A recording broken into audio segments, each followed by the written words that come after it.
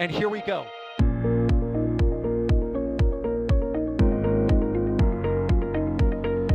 There's the W. Here's ignition. Roger, roll, Atlantic. Doubling up. Did it just do a Kerbal? Back to the moon and beyond.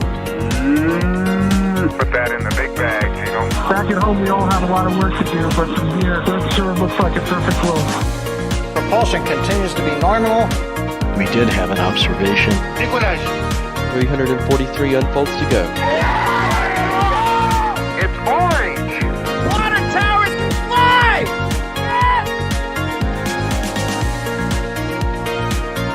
Bingo! Right in the center. Where's Jacqueline? There it is! That was surreal. That's not what we want to see. No. Oh my god. Yikes. You bet. Sure. We don't need any more of these. Good evening, everybody, and welcome back to another NSF live stream from both the Space Coast of Florida and the West Coast of California, because we have a double header for you tonight, folks. This is a rather rare treat. We don't often do coverage from Vandenberg, but there is a Starlink mission launching in just over 20 minutes, and we will get to that first, but also there is an Atlas V launching the next batch of Amazon LEO satellites into low Earth orbit from Space Launch Complex 41 in about an hour and 46 minutes time. My name is Max Evans, and I will be your host for today's doubleheader live stream, and of course, I am not alone as always. I'm joined first in the studio on comms by the one and only Alex. How's it going, Alex? Hello. Yeah, we're having here the double feature, and I believe that's the 20-minute vent already going on at Vandenberg there.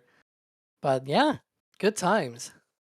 I know I can't recall the last time we covered a Starlink from Vandy on a mainstream. This is a really rare treat, and it's a rare treat thanks to the one and only and brand new member of the team here, Magnus, out with the tracking setup and the cameras over at, I believe you're at Surf Beach, Magnus. Hey guys, welcome to Surf Beach. You're looking live at Falcon 9 performing its 20-minute event here prior to its LOX load. It's looking pretty good. The sun is just about to go down here, and we got a bunch of people waiting for a launch. Indeed. We also have some folks here out in the field at the Cape, and we will get to them when the time comes. But I think for the time being, we are going to focus on Falcon 9 for about the next 19 minutes and change. And behind the scenes, pushing the buttons and pulling the levers is our very own Jay Keegan. So thank you very much, Jay. I want to make sure that I didn't forget you this time because I have a really bad habit of doing that. But now on to the show. So, Alex, we have, again, I've said it a million times already. This is a really rare treat having us stream a Starlink mission from Vandenberg. What exactly is happening over at Pad 4? Yeah, so they are currently in propellant load for Falcon 9. They have already completed RP1 load on the second stage. RP1 load still continues on the first stage. They are also loading liquid oxygen on the first stage. It's getting frosty. But the second stage liquid oxygen load is about to begin in about 2 minutes. They are doing that vent that we see there, the same vent, very same thing that we see at the Space Coast, at Launch Complex 39A and at Space Launch Complex 40, where they chill down the lines that go up to the second stage in preparation for chill down, not the other way around. They're chilling down in preparation for liquid oxygen load. There, that's the order. But yeah, so they're launching 24 Starlink V2 mini satellites into a sun-synchronous orbit out here from Vandenberg. It's a bit more, well, not just a bit, it's like substantially more inclined orbit than the ones that we see from the Space Coast, because, you know, that's the benefit of Vandenberg. They can go polar directly without having to do any weird dog legs. So that's sort of the benefit of this pad here. But yeah, that's basically what the mission is all about today. Just more Starlink satellites going into orbit. But it's a weird, different way that we've been used to when we cover Florida, because it's not Florida, it's California. I know, right? I'm still having to I'm having to repeat the fact that this is from Vandenberg and not Cape in my head numerous times, so I don't mess it up live on air, because that'll be in the archives forever if I do mess that up. But it's also a rare treat to have this angle of the transporter erector this close to T0, and obviously having this great view of the T-minus 20-minute vent and that big cloud of gaseous oxygen, or GOX, flowing out of the left side there. But Pad 4 East has some similarities to Pad 40 in Florida, but also has a ton of differences. I think first and foremost, the transporter erector design over at Pad 4 is a lot older of a design, and in combination with that, it doesn't do these slow tilt back initially before T0. I want to say it's around 2 minutes or so before T0. The TE leans back here from Pad 40 and Pad 39A, but over at Slick 4 East, the transporter erector throws back all the way, right, Alex? Yeah, the transport director goes back, I think, about 20 degrees or so, and it stays there for basically through liftoff. On the Space Coast, both Launch Complex 39A and Space Launch Complex 40, it retracts first like 1.8 degrees, so just a little bit in comparison, and then it throws back all the way to 45 degrees away from the rocket at liftoff. So quite a difference there in the designs.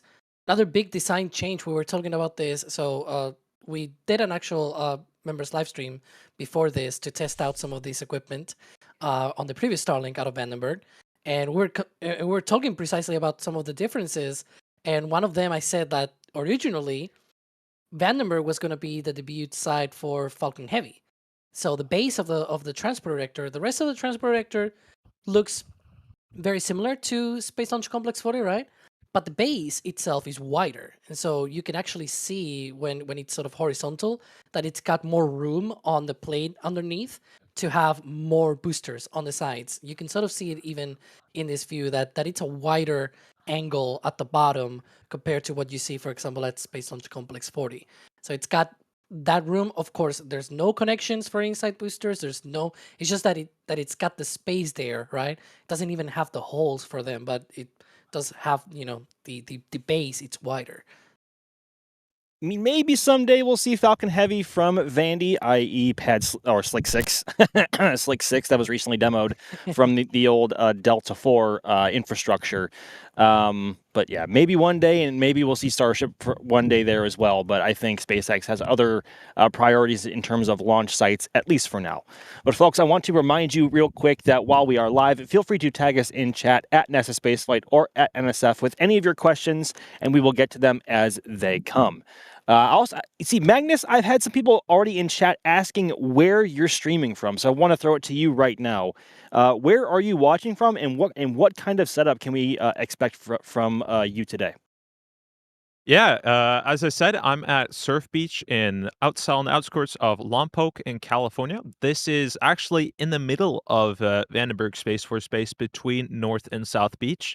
This is a public beach, and you are welcome to watch launches here as long as they're not return to launch site launches. And this is a great spot to watch launches. As you see, we do have some pad shots here. As for setup, I'm rocking my traditional tracking setup.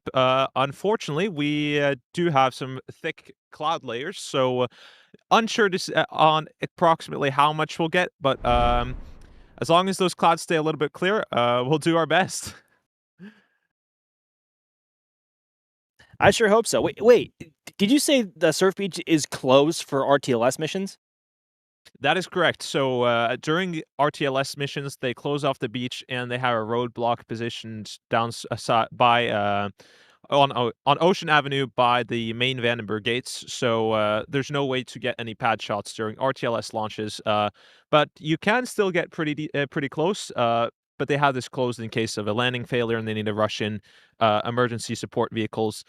Surf Beach is the main gate for Vandenberg, both emergency equipment and also the same place they will roll in Falcon 9 boosters and second stages. Like, I get it.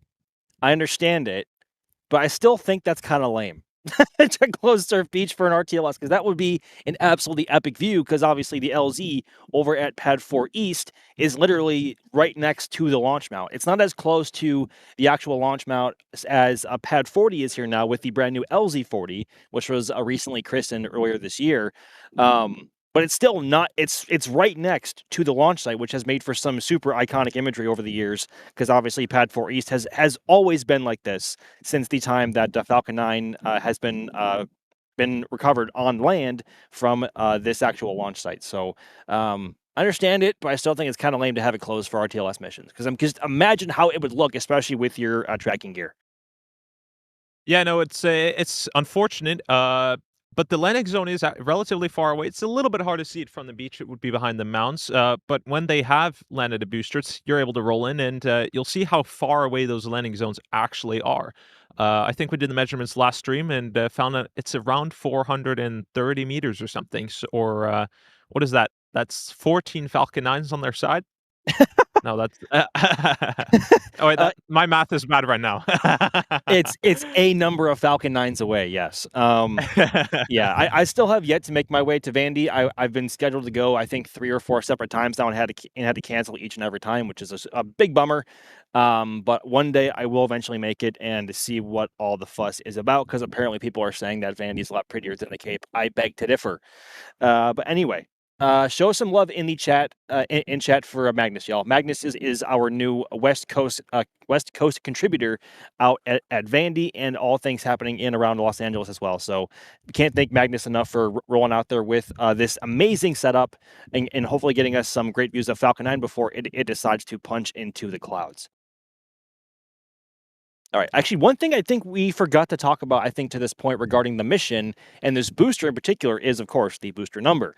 And this is booster B1100. The I almost said infamous. Infamous is not the correct word, but I guess the famous booster 1100, because up until then, The in, right? you what? Without the in. Just famous. It's infamous without the in. Yes, exactly.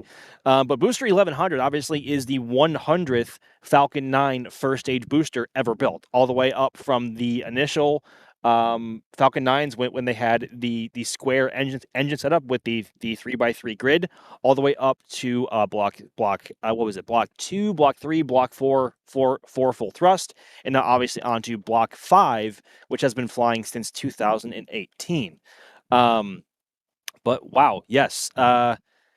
Yeah, B1100, this is also its 7th assigned flight so far, having flown just 37 days ago. And its flight history consists of, surprise, surprise, mostly Starlink missions. And we will go down the list real quick. Starlink 1130, 1734. Oh, I'm sorry. 1130, NROL 105, 1734, 1715, 1714, and 1737. And of course, today is 1746. So a very young booster by all realms, I guess, right now. But the Vandy has a couple of serious veteran boosters, being B1063 having flown 33 times and B1071 having flown 34 times. So Vandy still has some pretty cool boosters. I'm not going to lie. So, but we still have the actual record holder here being B1067. So I'm not going to complain one bit there. The funny thing of this booster, Max, is that even though like it's got one customer mission, and the customer mission is Starshield. Yeah, right. Oh gosh, yeah. Technically, Starlink it is the alone. National Reconnaissance Office. Yes. Yeah. So like yeah, but that was the point, right? That they launch Starlinks and then one Starshield mission. It's funny. Well, you say that. I guess they made a mistake, and I think it was one of the most recent Starlink missions launching from Vandy, and that they posted a photo of the payload and then immediately took Yeah. it down. Yeah, And that we was a different Yeah. that was a different booster, but yeah, I was referring to this one in particular. Oh, I got you. Okay. Yeah. That its flight history is like Starlink, NROL, Starlink, and Yeah, Starlink. right. And it's like, oh, NROL, okay, well, that was a customer mission. And then you look into it and you look closely, it's like, oh, that's a Starshield. Yeah. Like, ooh, I don't think we were supposed to see that, but alas. So getting close to the end of the count here, now approaching the T-minus 8-minute marker. Alex, what can we expect in the next few minutes from our cameras here, both visually and also, I guess, just for the countdown as Falcon 9 progresses toward T0? Yeah, so out at here at Vandenberg, we do actually, I think Magnus can actually hear some of the callouts from them out there, which is an upgrade from the Space Coast. There's an actual radio Yes. channel for that sort of thing. So maybe we'll have the call out. I have no idea if we're gonna have that for real or not, but there should be chill down going on at T-minus 7 minutes. That's when the engines get conditioned for operations, basically getting all of those liquid oxygen pumps down to their operating temperatures, filled up with liquid oxygen and things like that. Shortly after, they should be wrapping up RP1 load on the first stage, and then getting ready, of course, to do the Stromback retract as well. A little bit later, T-minus 3 minutes, liquid oxygen load should wrap up on the first stage. And then I think that was a call out that I just heard. Yeah, engine chill. So engine chill is underway now. And then, so T-minus 3 minutes, in T-minus 2 minutes, that'll be when liquid oxygen load wraps up on the first and second stages, respectively. What we will see visually will be, of course, at Stromback retract. We were talking about this before, that they retract 20 degrees away from the rocket. It is not, what we see on the Space Coast, where they only retract 1.8 degrees away from the rocket. So that's going to be way more visible in this sort of view and configuration. And of course, once they wrap up all of the propellant load, we'll see all of the venting and things like that. It's much more visible as well at Vandenberg. We may even see the venting off from the mount itself, related to the end of propellant load of the first stage, which is quite hard to see both at LC-39A and Slick 40. So it might be a bit more difficult to see the transporter coming back from this angle, because we're directly right behind literally directly behind the TE. So, and of course it'll be leaning towards the camera. Hopefully it'll look but because very it noticeable. is much more pronounced than on the other two pads, then there's actually separation. You can see some actual separation. If it were like the other two, where it's just like 1.8 degrees, it's just a little bit away from the rocket, you can barely see it. Obviously, you will see the clamps, for example, around the fairing and all that, but no more than that. But here we saw it the other day for the Memby stream that we did, that sort of test of this setup, where you could see the Stromback actually, a bit far away from the rocket. These views are just awesome. I'm not used to seeing this at all, and I always forget how cool of a spot Surf Beach really is, because we are fortunate enough sometimes to get views this close to Falcon here at the Cape, but we have to be over on the Space Force side, similar to the setup that Magnus has over there. But obviously, we are then escorted on base, and we are taken to predetermined locations. And sometimes, if we're lucky, we'll get pretty close to Pad 40, and by pretty close, I mean like 2 miles. Magnus, how close are you from Pad 4 exactly from where you are? Do you know? I don't know the exact decimal, but it's between 2 and 4 miles. Around 3 miles is usually what I tell people. So we are really close to this rocket right now. The views look incredible, and I was going to say, because despite all the haze and the fog that we always joke is there, the clarity on the rocket right now is staggering. It is genuinely impressive just how clear and crisp the image is. But maybe, I was going to say maybe it's a little less humid there, but you see the clouds in the atmosphere. It's got to be freaking humid. Is there a point that I should let you off comms, Magnus? I'm sorry to put you on the spot again, but I know you have a lot to do with your cameras. Right now we're doing pretty decent. I'm trying to get those mission control audios on. We can hear them. I'm just trying to see if I can transmit them. I think we heard some of the radio chatter over the mic, but don't know how well we could decipher it. But nonetheless, you have access to that. Hopefully, we can hear it. And we are just about 3.5 minutes away from the scheduled T0 of Falcon 9 and the Starlink 17-46 mission. Alex, at what point did you say the transporter erector was going to be coming back? Yeah, it's right now retracting. There we can see some separation already, and the clamps are also open. So there is that Stromback retract. Of course, the next thing should be the propellant load. There you can see. Yes. See, it's much more pronounced than on the other pads, because it is 20 seconds. Not 20 seconds. Excuse me. 20 degrees. I was thinking about that. But yeah, we'll see what we can see here. And it also stays there, whereas the one here, the ones here at Pad 40 and Pad 39 throw back to 45 degrees, close to? Yeah, it throws back all the way to 45 degrees on the Space Coast. Also, another note, the Atlas V launch, you might have seen the clock adjusting a little bit. They have adjusted the T0 by 3 minutes and 45 seconds. So we also have adjusted our clock accordingly. Indeedy. And that is about 90 minutes and change away. But first, we have Starlink up first. A rare treat from the west coast of California, courtesy of Magnus, one of our new West Coast content producers and contributors, with these amazing views from Surf Beach. I can't wait to see how this thing looks, even though we might see it for like 5 to 10 seconds before it goes into the fog. It's going to be a really sweet 5 or 10 seconds because the fog will help the light bounce around and it'll light the scene nice and orange. But we should also be expecting call-outs from SpaceX's stream like there, as I was just talking over, as the countdown progresses. Yep. So now both stages are fully loaded with propellant. Excellent news. The next big call that we should be expecting here is at T-minus 60 seconds, and that is when SpaceX comms should call out that Falcon 9 has entered internal power and entered startup. We should be listening for that in about 18 seconds or so, as this camera is getting just absolutely covered in vapor from the TE as stage 1 locks closeouts are underway, and I guess that is what you are seeing now come across your screen. Wow. Perfect placement for the... Creating its own fog. Yep. Falcon 9 is in startup. There we go. Good call out. That Falcon 9 is in startup less than 1 minute now from launch, keeping a close eye on the base of the transport erector, expecting a go for launch soon. Launch director, go for launch. There we go. Falcon 9 is go for launch from SpaceX's launch director, keeping a close eye on the base of the rocket there. We're first going to see a green flash from the T-tab, or the triethyl aluminum and triethyl borine, which is used 30 seconds.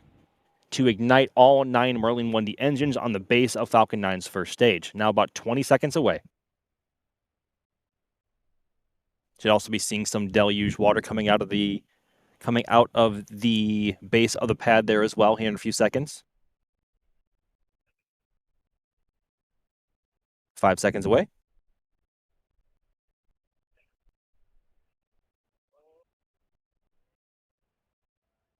And there we have it. Lift off of Falcon 9 from Slick 4 East. Go SpaceX, go Falcon, go Starlink.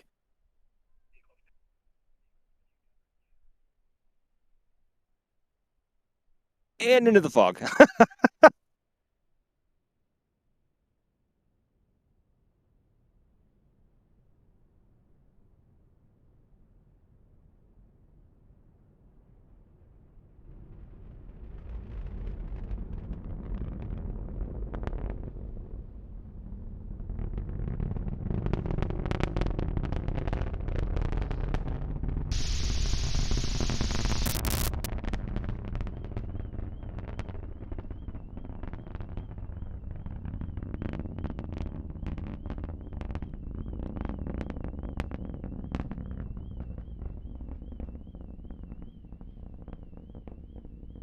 If there was ever any doubt that Falcon 9 was a loud rocket, you can hear the car horns in the background. I assume this is from Magnus's microphone over there at Surf Beach, but Falcon 9 is continuing downrange, now approaching the point of max Q, or the point in flight where the vehicle will experience the maximum aerodynamic pressure loads. Holy marine layer, look at that. I know, it is so... like it's a blanket. Literal blanket. Like, the actual texture there is beautiful, but obviously very obstructive to our views. You can see the exhaust from all 9 Merlin 1Ds beginning to expand as Falcon 9 climbs higher and higher into the thinner parts of Earth's atmosphere. Now approaching we are getting close to MECO, or main engine cutoff of the first stage, in preparation for stage separation, and then ignition of the second stage's vacuum-optimized Merlin 1D engine. You can see there the MVAC chill. Yep. I always forget that you can actually see that on the onboard cameras if you know what to look for. Yeah, they have like a little vent out of the interstage. That's a cool view, though. It is. I always forget that Falcon has a bit of a it flies not sideways, but it has a bit of a drift going on, and you can actively see it correcting itself there just from the shape of the exhaust. And as we approach MECO, there we go, main engine cutoff of the first stage. Stage separation confirmed. MVAC startup.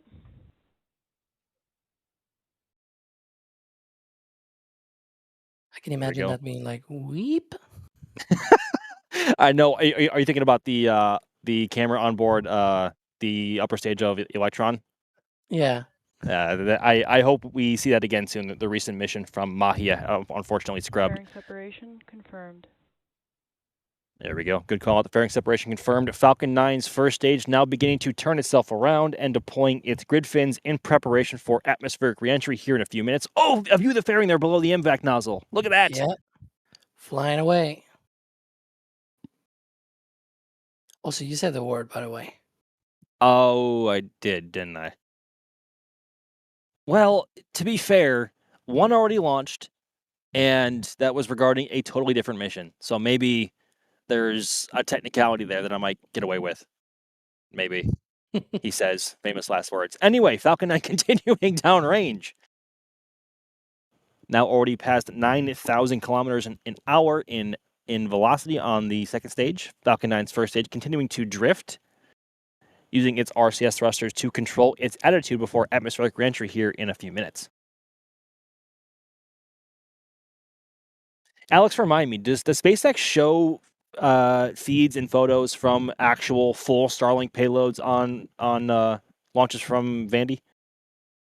Yeah, sometimes they do after the mission ends. Yeah. Sometimes they show things that they shouldn't show. Like that time Cough, cough. They carried, that time they carried 2 Starship satellites, and then they accidentally posted a view of the stack up in space, and it was like, were you meant to publish that? And yeah, they took it down. Yeah, the answer was no, because that was taken down within a matter of minutes. But yeah. I'm actually taking a look if there was a recent launch. I think I've seen them post videos and photos of deployment like well afterwards, once they have a confirmation of a successful deployment and of overall mission success. But we haven't seen any live feeds from the actual satellites yet. So, only reason why I'm asking. Yeah, the last Vandenberg mission, they did it. They showed the deployment sequence. Right. Okay. But again, they don't show this live. Like what we're talking about, for people that might be wondering what exactly we're talking about, is after the mission ends, then they go on X and publish pictures and videos of the mission. And sometimes they include also pictures or videos of the Starlink stack. So for the previous mission, they did that. Yeah, and unfortunately, unlike the Atlas V mission coming up in about an hour and 24 minutes and change, just under, SpaceX will not be staying live for payload deploy, which usually happens around the T+1 hour mark, give or take. But don't fret, don't go away, because we are going right to coverage of that exact Atlas V mission after this. But good call out for stage 1 entry burn. There we go. Confirmation of 3 engines there on the telemetry on the bottom of your screen.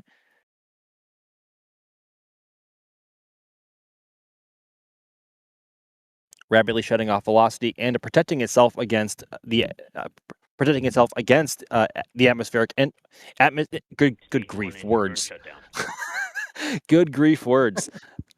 So essentially, the entry burn is meant to have Falcon 9 shed a decent amount enough, or shave enough speed off of its shave enough speed so it does not fall apart once it re-enters the thicker parts of Earth's atmosphere. Because Falcon 9, while it can withstand a lot, cannot withstand the speeds that it otherwise would be entering in without that entry burn. Yep. It also helps a lot when that exhaust pushes away the air, right? And so that's why we call it firing fire with fire, where it's like it pushes out the air and therefore it sort of creates its own protective cover, so to speak, because it basically doesn't allow the atmosphere to hit it. It's like a force field almost, or it basically is a force field. Exactly. Now rapidly shutting off its velocity towards the ground. Now oh my goodness gracious words. Now into the deeper parts of Earth's atmosphere, the grid fins now beginning to do their magic as Falcon 9 begins to orient itself for landing burn startup here in just a few seconds, while Falcon 9's upper stage continues downrange. And it's gonna FTS fly received. right Back in the through marine layer. that marine layer, exactly. Launching from clouds and landing back into clouds. Classic Vandy. Sorry, Magnus. Stage 1 landing burn. There we go. Stage 1 landing burn confirmed on Stage 2 telemetry torque. and on video. Where's the drone ship? Where's the of drone course I ship? still love you. There it is. Stage Oh 1 goodness landing leg gracious. deploy. Call it a landing leg deploy. Should be seeing it. There we go. Oh, look at this. And Unbroken feed. Perfect. Direct bullseye for Stage booster 1 landing B confirmed. for B1100 on its 7th flight. Falcon 9's upper stage continuing downrange, but we should be approaching SECO or second engine cutoff number 1 here in a few seconds. And now it upgrades from 7 to 8. Back shut down. And there we have it. Good confirmation of SECO number 1 on Falcon 9's upper stage. And the best call out that we could possibly hear is nominal orbital insertion. So good news for Falcon 9 today. And as look at how about that transition, huh?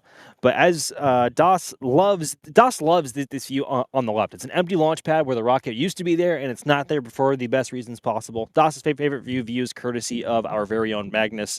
Magnus, I don't know if we still have you on comms, dude. I'm not sure how much longer we can keep you before you have to pack up, but you have been stellar. I know we didn't have a ton of time before lift off to get you on and talking, but the views were stellar despite the conditions. Yeah, no, I have to say this was it was a great launch. Pretty decent visibility until it went into the clouds. Great sound. But yeah, it was a great launch. I mean, obviously it was loud enough to be setting off car alarms too, right? We heard that in the mic. That is the first time I've been here and actually had it set off car alarms. So that was pretty interesting.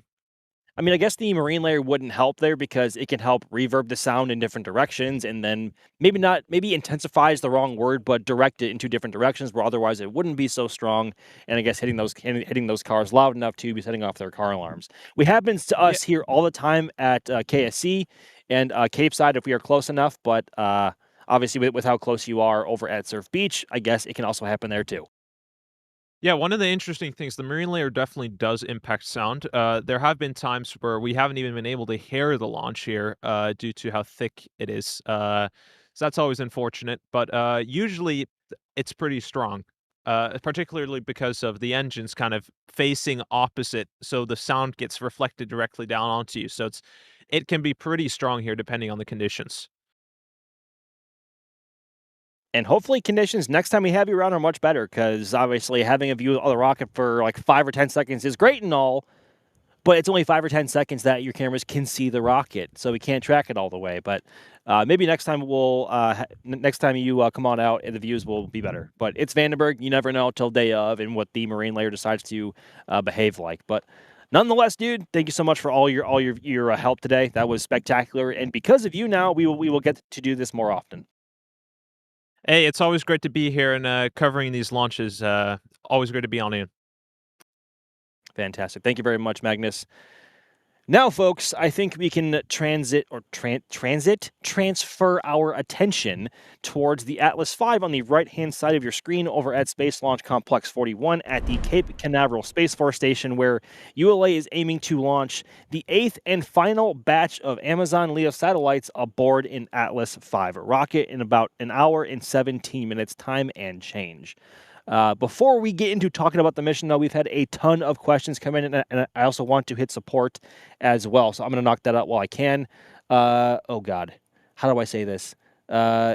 C-dated we, excuse me, with a $2 super saying holla for $2. Yeah, thanks, dude. I appreciate that.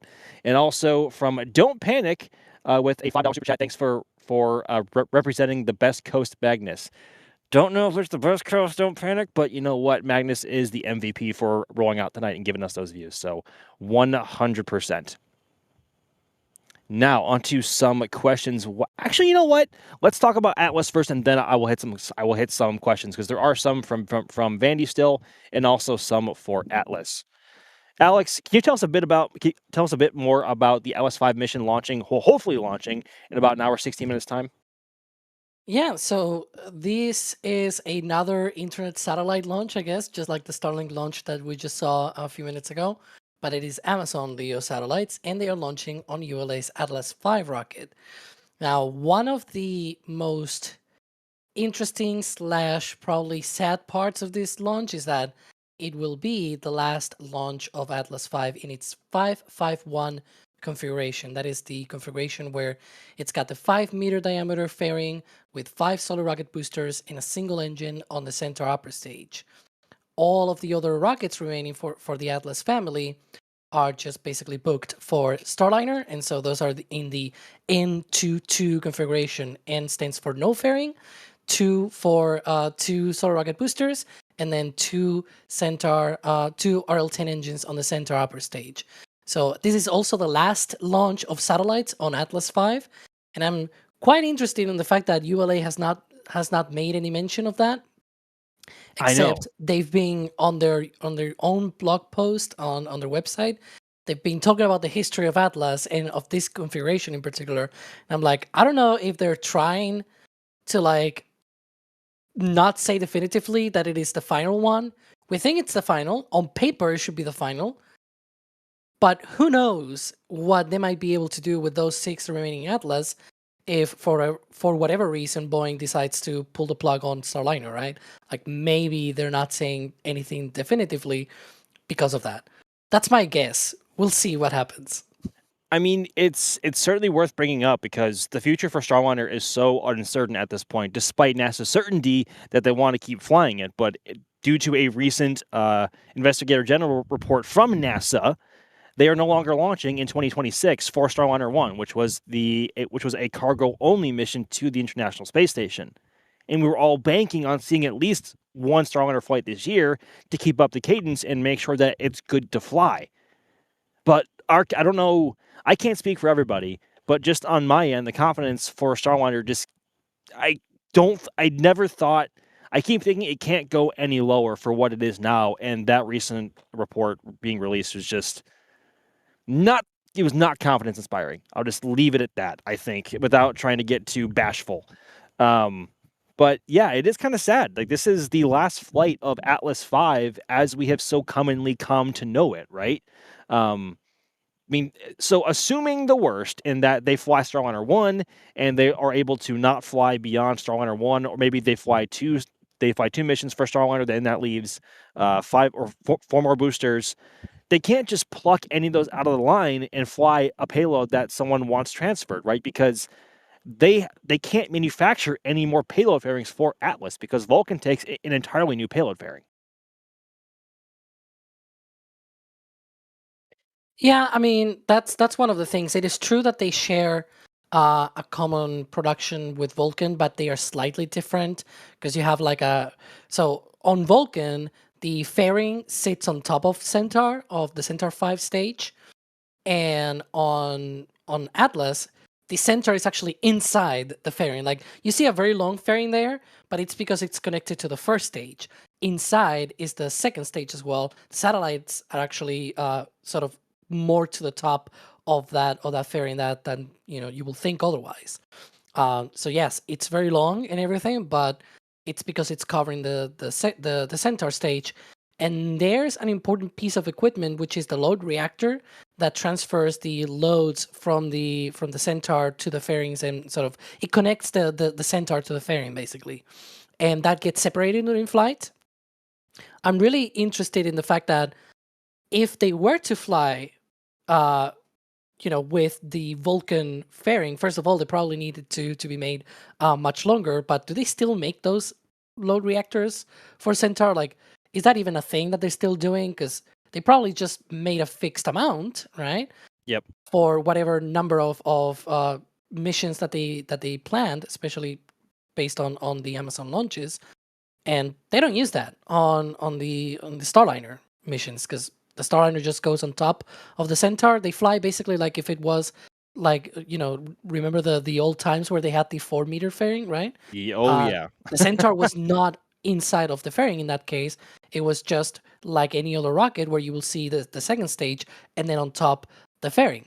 So in that case, that's basically how Starliner flies. You don't need any sort of fairing or anything like that, or anything weirdly going on there to make the loads go around or like to another structure or anything like that.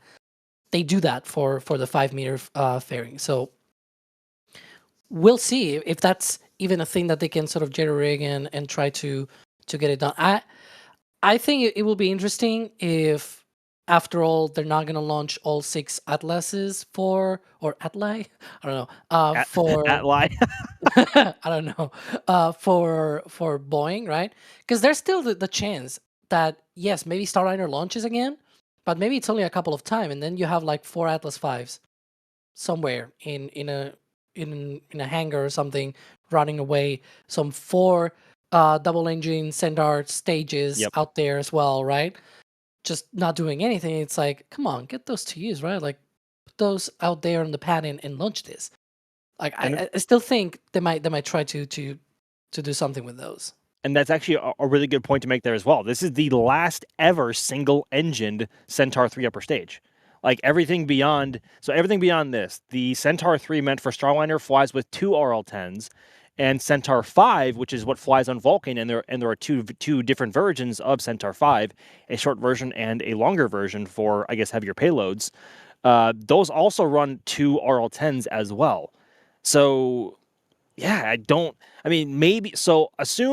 let's assume for a second that they fly 2 Starliner missions and they have 4 boosters left over. Maybe 1 or 2 end up in a museum somewhere, which would be really, really, really cool to see. Because otherwise, if they do fly all 6, we would not get a real Atlas V in a museum anywhere. It would be almost it would be basically an entire mock-up. But it would be really neat to see at least 1 Atlas V booster and maybe a Centaur in there somehow on display somewhere, like maybe in the Rocket Garden here at KSC, or maybe in the Smithsonian, or just somewhere, right? But that's venturing down a path that's very not positive in nature for Starliner, and that's based on completely, like, it's all hypothetical at this point. But at this point, all we really have are hypotheticals, because beyond this flight, that the story for Atlas V going forward until, like, it's so uncertain at this point because of Starliner's uncertainty. Like, it's a real shame. It really is, because Atlas V has flown, I think this is its 110th flight overall. Like, it's had an amazing history, and it's been incredibly reliable and robust. And for its last chapter to be Starliner, in whether that be super positive in nature, whether Boeing is actually able to make it work they want to and fly all 6 missions, or they don't, and we end up with a whole bunch of boosters that we can't use. Yeah. I don't know. It's really unfortunate. It's really, really unfortunate, but it's out of our control, and we will have to wait and see what they do, folks. In fact, we had this conversation on the latest Flame Trench show we did. Friday, remember, right? I don't know how many people in this chat, how many of you watched the Flame Trench? Because I want to know. We usually talk about these things in more length in those shows, where we sort of give even more than usual of our personal opinions, and we talk about these things, and we talked about how, well, Amazon is also not a really amazing, cool, I guess, no pun intended there with the amazing thing. It's like, it's also not a super duper impressive payload to launch as your last flight, right? We're talking about things like Perseverance and all that stuff. Like, Atlas V has launched so many cool missions that it's like it could have ended in such a high note here. I know it's an Amazon launch. I know. I mean, it's not to say, like, I'm all for larger satellite constellations to improve comms all over the planet, because who knows what that technology may breed into for a constellation around the moon for better comms, maybe Mars down the line. Like, I'm all for it, despite the problems with I almost said astronomy. Obviously, from here on the ground and ground observation, if the satellites become too visible and obstruct our telescopes, which would be very annoying. 100 Starlinks on Aries. Yeah, but we have 400 Aquarius. yeah, right. But to this point, I think this mission itself will bring the total number of operational LEO satellites up to what is it, 396, including the ones on board tonight? Yeah, 396. There's been, I think, at least already one that has been deorbited, but this will be like the total launched, not counting the ones that are completely orbited. Yeah. And there have been, mind you, folks, this is the 8th operational launch for Amazon, now Leo, then Kuiper when it started, but not, it's the 9th mission for Amazon as a whole, because the first ever flight for Amazon was on an Atlas V 501 with a 5-meter payload fairing, no solid rocket boosters, and a one-engine Centaur. It was the Kuiper protoflight way back in 2000. Oh gosh, when was that? 2023, I think it was. Oh, I feel so bad about this. I think so.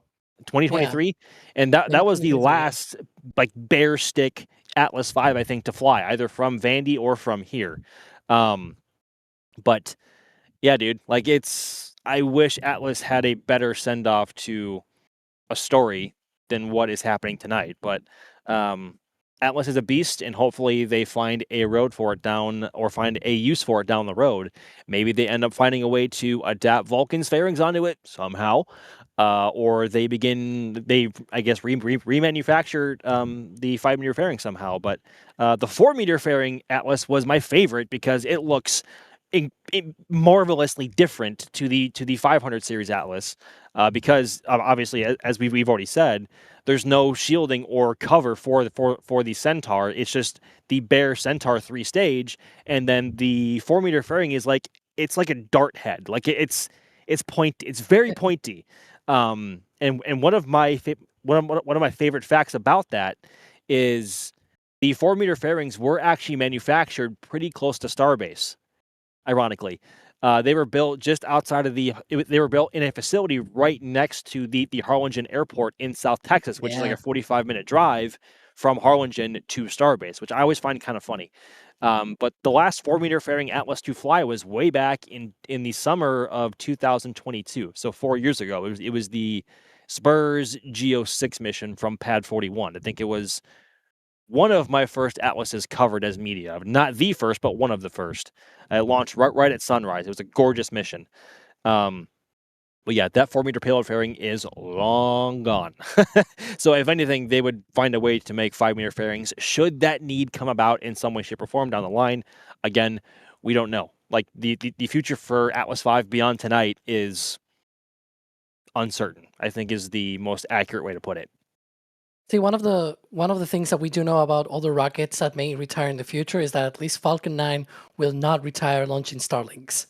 It'll probably go out, launch it like a crew mission or that's true. Or some DoD, well, not DOW, I guess, payload or something like that, some military payload or something like that. Yeah. I mean, because I'd imagine Falcon 9 will wrap up launching Starlinks here in the next probably year or two, either from Florida and or Vandy, and then SpaceX is all in on Starlink version 3 satellites launching on Starship, which can either launch from eventually here, but also Starbase and maybe Louisiana at some point, like in 5 or 10 years, or maybe less than that. I don't know.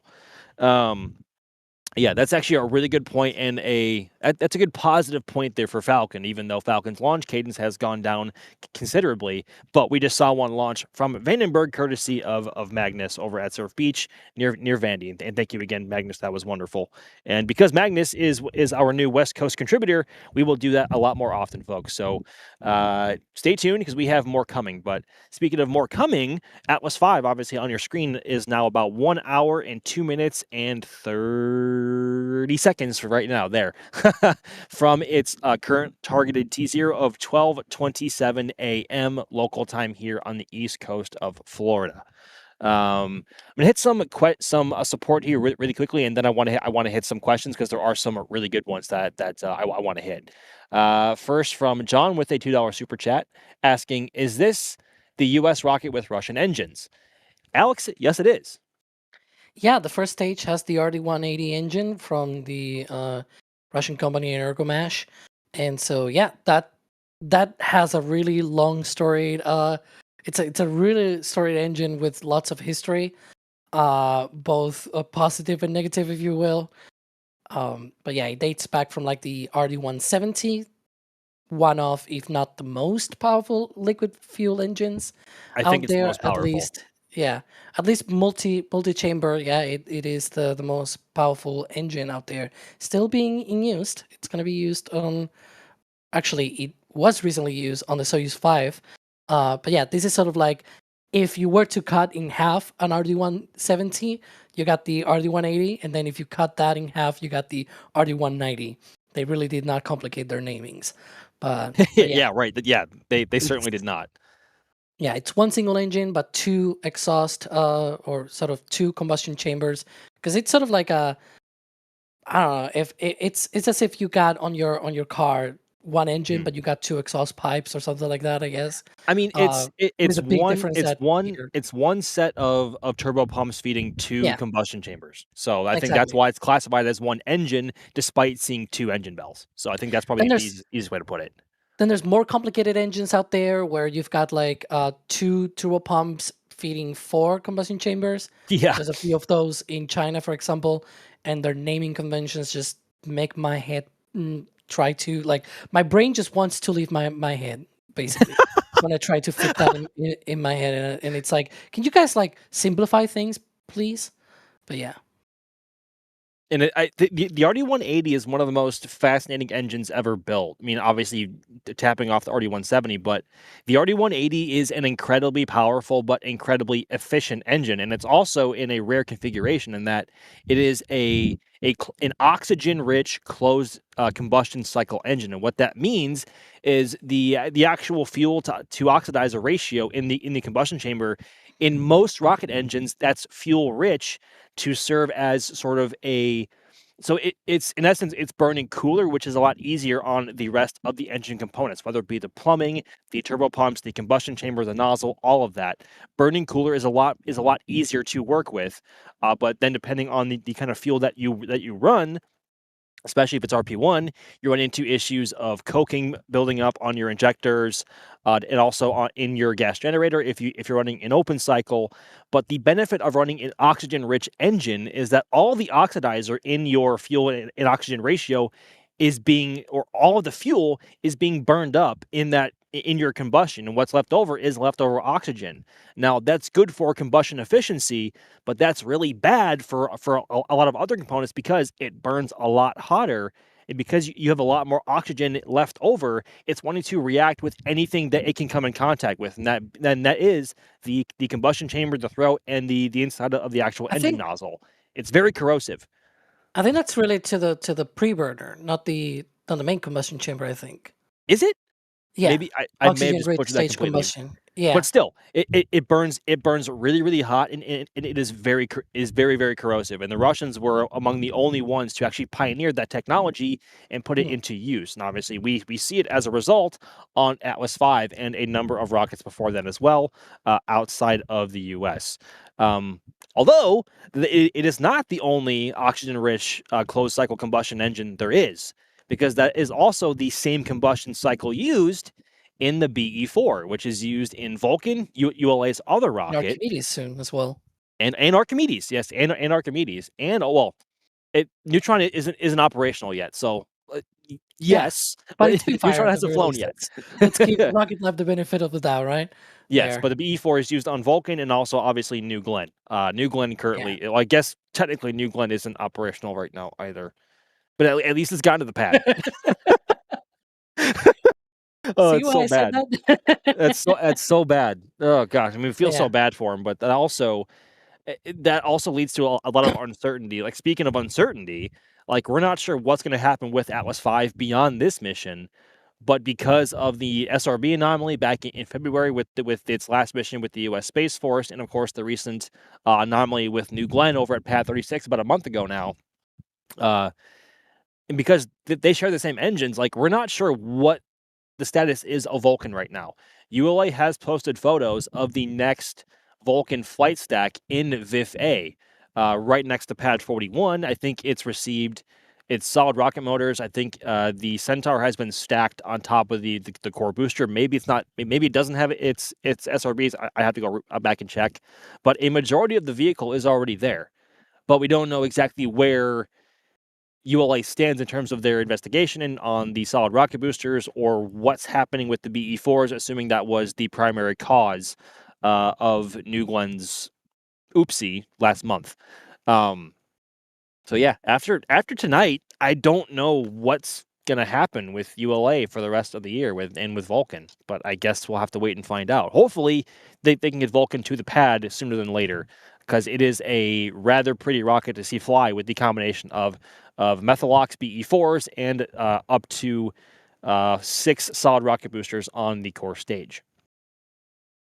See some photos being queued up here in the back channel. Maybe we will come. We will come for to the that. producer to prepare. Yeah, right. And show that. It's a really pretty be... rocket, and that's also our first view into like the completed VIF-A, or the VIF-A is the vertical integration facility, and A is for Amazon, and that is where all Amazon configured Vulcans will be stacked and integrated. And barring any surprises, then you basically have to expect that that's ULA's next launch, basically, because there's nothing else. Nothing else, and due to that recent OIG report, we know Starliner is not flying this year, so it's going to have to be this very Vulcan that we are seeing in our back channel right now. I think Jay is working on bringing it back up. Yeah.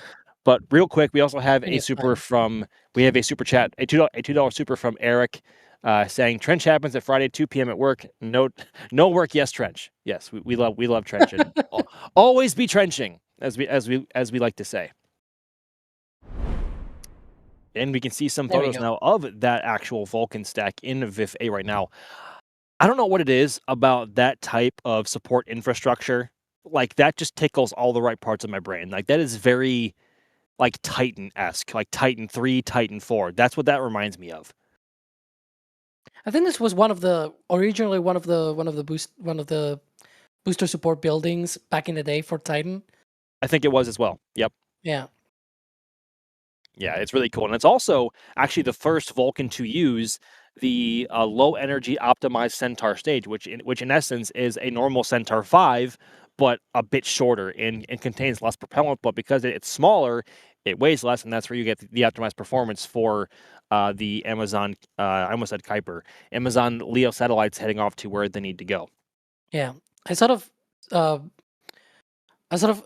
make the reference to this that, you know, when you have a normal Vulcan launch, right, because the payload is sort of normally low or at least not maximizing the amount of performance and payload capacity and things like that, then you sort of do a share of the work, sort of half and half between the booster and the Centaur upper stage. And the Centaur upper stage can do that no problem. However, when you actually fully load the entire thing with Amazon satellites, like in that case in particular with Vulcan, then your upper stage is quite heavy going uphill, and it actually is more demanding for it to carry such a heavy payload. And so what they do with this shortened Centaur upper stage, because the booster now carries a smaller upper stage, it does more of the work, so it transfers the work to the booster, and sort of, you know, that's how they compensate the fact that, you know, Centaur with a heavier payload, it sort of struggles to go uphill after booster separation. And so they sort of transfer a little bit more of that work to the booster by shortening the Centaur upper stage, and that compensates. Ironically, it gets them about the same, not about the same performance, actually more performance than otherwise, than if they carry the longer one, even though the longer one carries more propellant. But, you know, that's rocketry. That's how it works. Indeed. Question here from NS. What is that? NS loves Olga, 4487. What is the most powerful Atlas 5 configuration? The one you are looking at on your screen right now. It is the Atlas 5 in the 551 configuration. So 551 stands for 5-meter payload fairing, which is the biggest payload fairing that they use on Atlas. 5 solid rocket boosters. In this case, they are the GEM or GEM 63s from Northrop Grumman, and 1 standing for a single RL-10 engine on the Centaur 3 upper stage. This is known as the Bruiser. which is still kind of confusing to me because Destin, Smarter Every Day, released a video, I think it was like 6 years ago now, where they have former CEO Tori Bruno talking about the 551 as the Beast. Like, he's on record calling it the Beast, and I want to call it the Beast every time because of that, but apparently it's called the Bruiser, which is what I thought the 541 was called, but alas. Yeah, yeah. So it is this one, and all together with, but in combination of these 5 SRBs and the singular RD-180 on the core booster, it produces about 12,141 kilonewtons of thrust, or about 2.7 million pounds at sea level, mind you. Now, once the boosters come off and you're just reliant on that single RD-180 in a vacuum, once you're above Earth's atmosphere, because the booster burns for a long time actually on Atlas, the thrust actually goes up to about 933,000 pounds of thrust in a vacuum, compared to, I think it's like 800 in, no, I'm sorry. Yeah, no, 900, no, I'm blanking. I think it's like 870 something thousand pounds of thrust at sea level. And I think it's 930,000 pounds in a vacuum regarding the thrust level on the RD-180. So What's a pound? What's a pound? I think it's like, I think it is 3,800 kilonewtons, somewhere in there. I think that a vacuum number, and I want to say it's around 3,500 kilonewtons at sea level. Either way, the RD-180 is a very, very powerful engine, but the most powerful Atlas configuration is this one, the 551, aka the Bruiser, or the Beast, as I still call it sometimes. Now, folks, I mentioned earlier in the live stream that we will come to the Cape field folks when we have them up. We have some folks now over on the Cape side, and we can finally introduce some more people to the live stream now. Joining us from the Cape Canaveral Space Force Station, first and foremost, I'm gonna bring in Sawyer. How's it going, Sawyer? Max, it is going great. It is a beautiful night out tonight. The moon is absolutely gorgeous. It's so great to be back out for a launch with you all, and kind of sad to see the final, yes, I'm still calling it Bruiser, despite what you were just talking about out there. Yeah, it's still the Beast in my heart. I'm gonna say that. It's still the Beast in my heart. But alas. Well, it's a beauty, so a beauty and the Beast. There you go. Wow. Clever. Okay, you know what? Bravo. I don't know if you can hear me clapping in the mic, but bravo. Bravo. Thank you, Max. Very, very, very well done. Also, I think joining you over there, Sawyer, is Jerry Pike. Jerry, are you on comms? I don't think he's here. Jerry's not on comms. No, he's not in comms, but I see him getting everything set up just down the way from me. Yes, so Jerry is supporting a live camera, which we will bring that view to you once we have it up. And also in the field out here at the KSC press site, which is where I am, is also D-Wise with some magnificent tracking gear. D, are you on comms and able to say hi?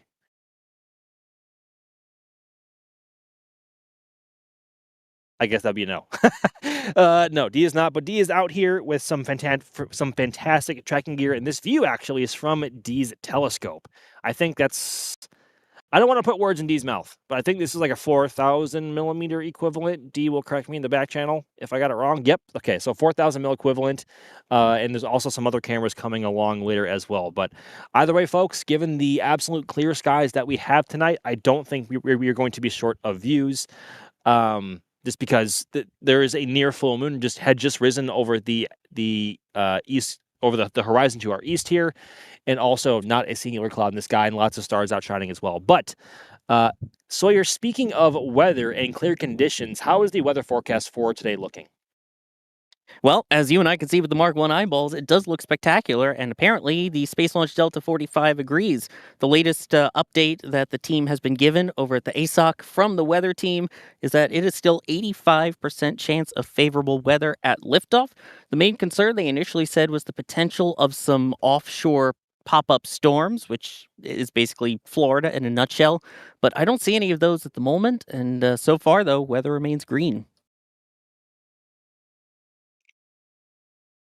Weather being green is always something we want to hear, especially at this time of year in Florida when the weather can be very unstable, as we have seen pretty much almost every single afternoon at this time of year, where literally it goes from borderline clear skies to just absolutely pouring it down within the span of an hour and a half, 2 hours. Like, it's remarkable how fast some of the storms can pop up here sometimes. But Yes, weather being green so far is good, and I think the rain should also be green as well. Last we checked, we are getting live updates from ULA's blog on their website, giving us updates on where they are with the mission and where they are with propellant load right now.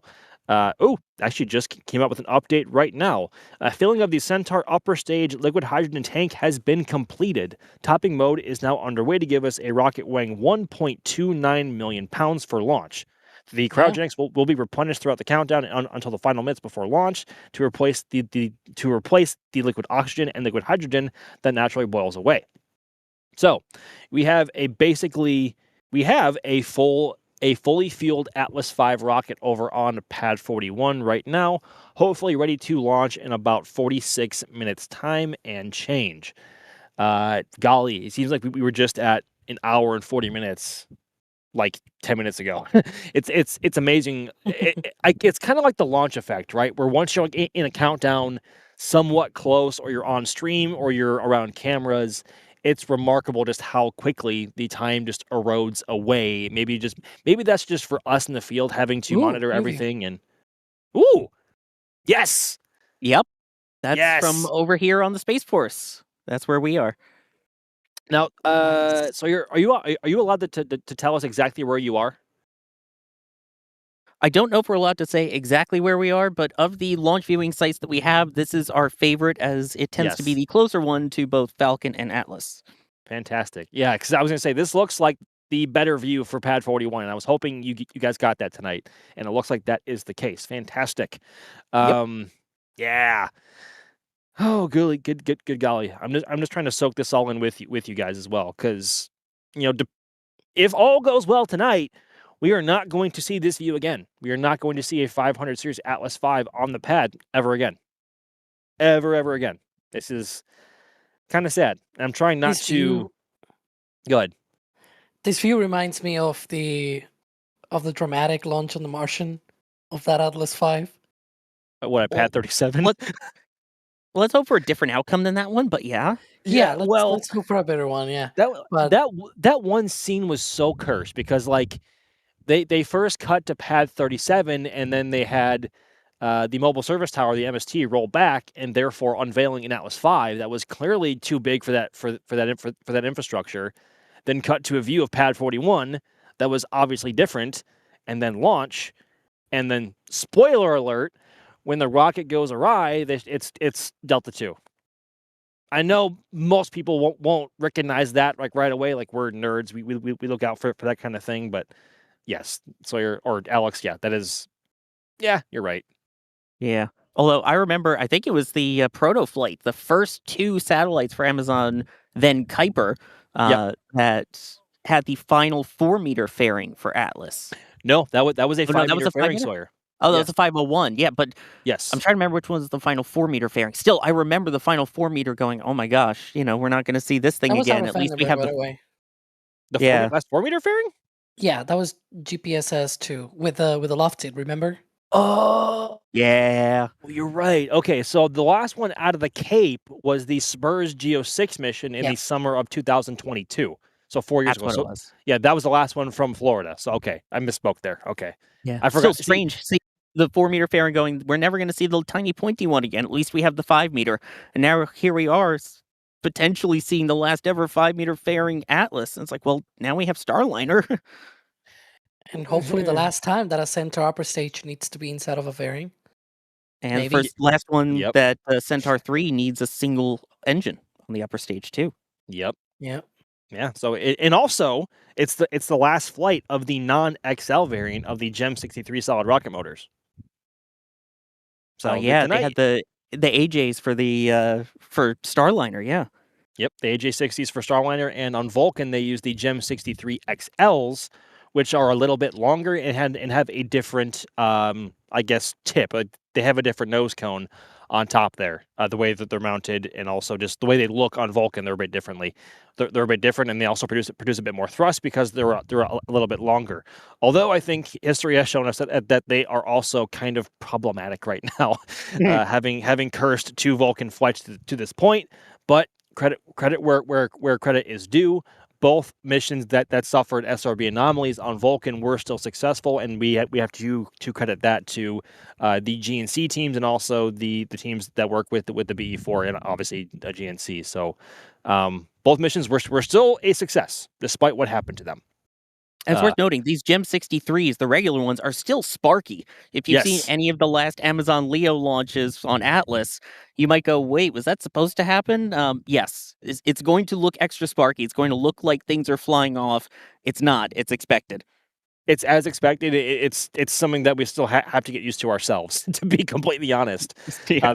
There have been times where you, me, and Jerry have been out here. I think Diaz also as well. But the one that was like super sparky, it was a recent Atlas launching at night. I hadn't seen it that sparky before, but I guess that's just how these GEM 63s like to burn. But yes, hopefully we see Vulcan back on the pad sooner than later. Actually, speaking of Vulcan, there was a question here from Mechazilla asking, any update on Vulcan? Still grounded? Alex Sawyer? So far, that's basically all we know. The last I saw is that they do have one stacked, though, I believe, over in VIF A, which, a reminder, there's VIF A and VIF G now, the vertical integration facility, A for Amazon, G for government payloads. Yeah, we're actually showing, because you joined right after that, we're showing pictures of those, because ULA tweeted about that on X, and they showed pictures of that, and we were talking about the LEO Optimized Center and everything.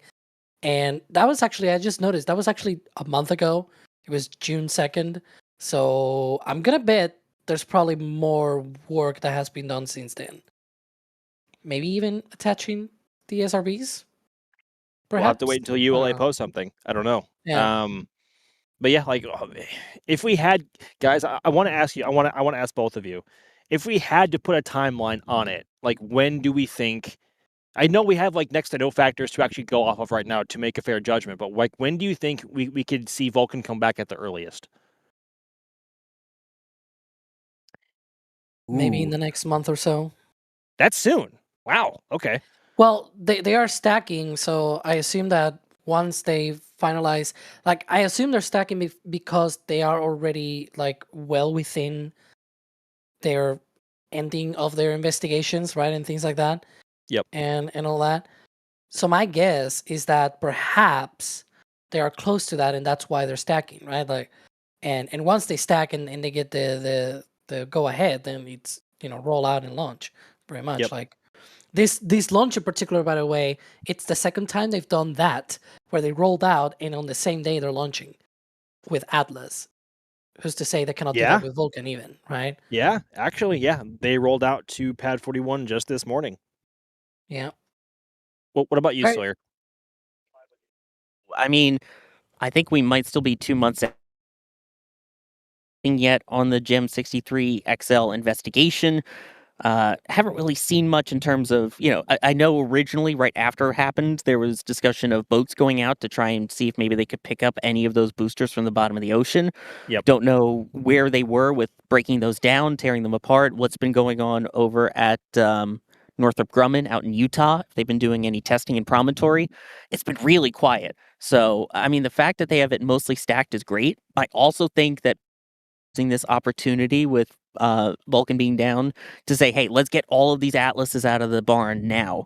They went really rapid fire with 6, 7, and 8 here. It's unbelievable how in like a month and a half they've got more Atlases out than they did basically all of last year.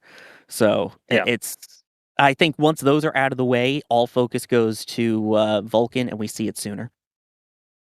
Yeah, speaking of boats, they definitely did finally recover that GEM 63 XL from the Vulcan launch with Go America that came from Port Everglades down in Fort Lauderdale. They were poking around offshore, for quite a while, and it seemed to be in a lot deeper water than they had dumped that initial one from the other anomaly. I forget which mission it was, but they definitely recovered something out there, brought it back to the Army dock, and probably are doing tests and running whatever and trying to find the root cause of the anomaly, I guess, or observation, as they would put it. Yeah. I forgot what I was going to say, and before Jerry came on. Oh yeah, by the way, that was Jerry Pike, everybody, also out in the field next to Sawyer. Hi, Jerry.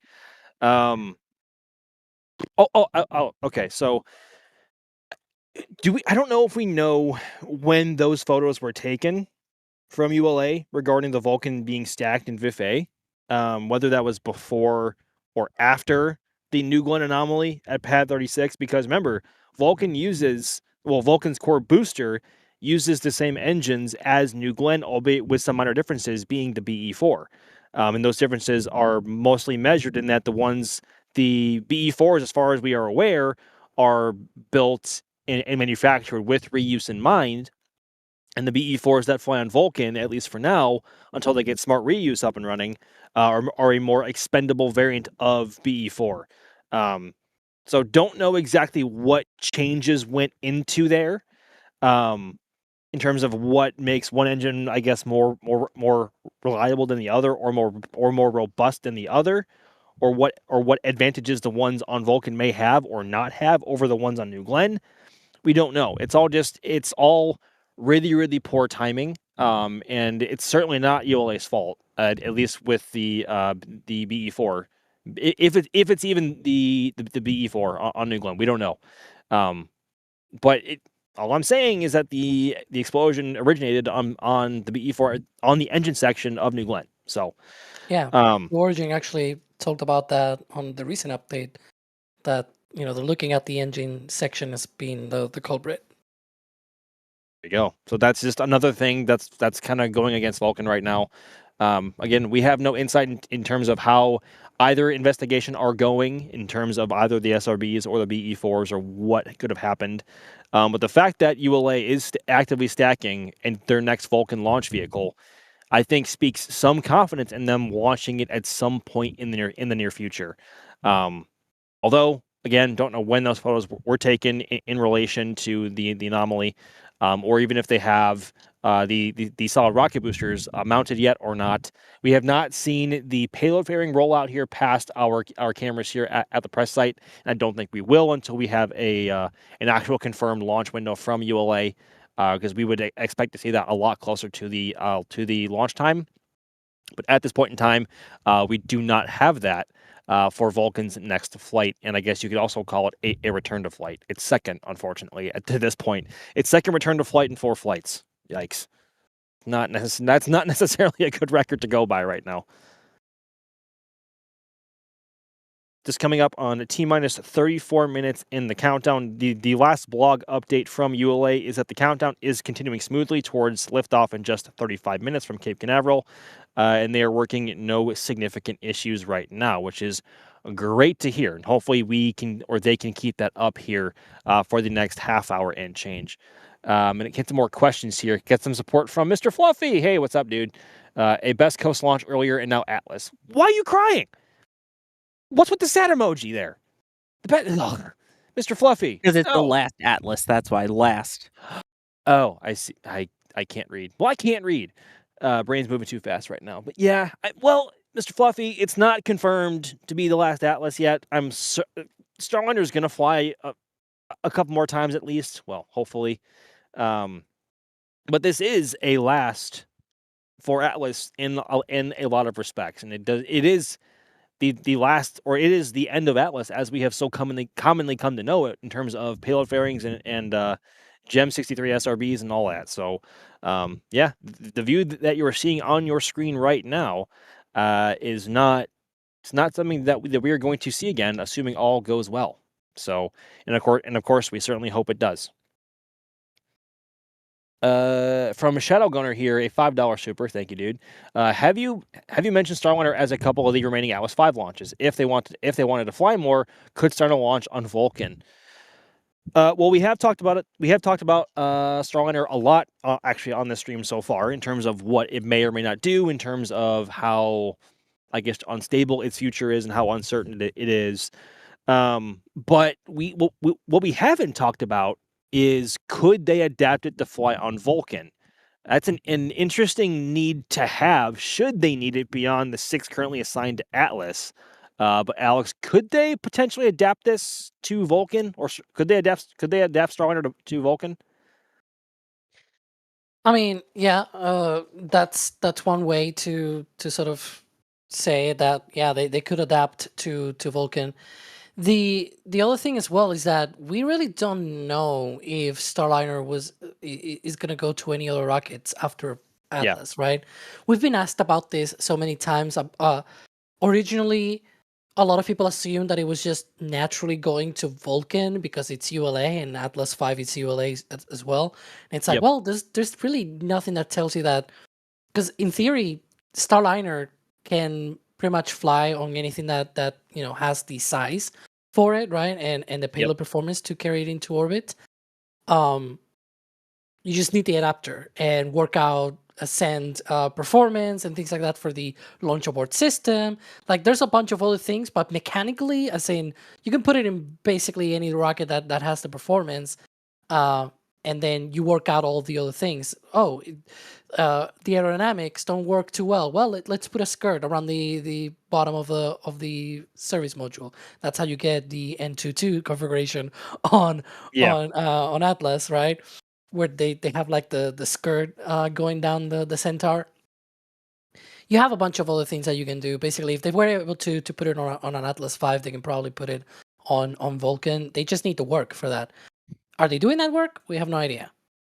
And so will they even have the actual need for that down the line? I don't know.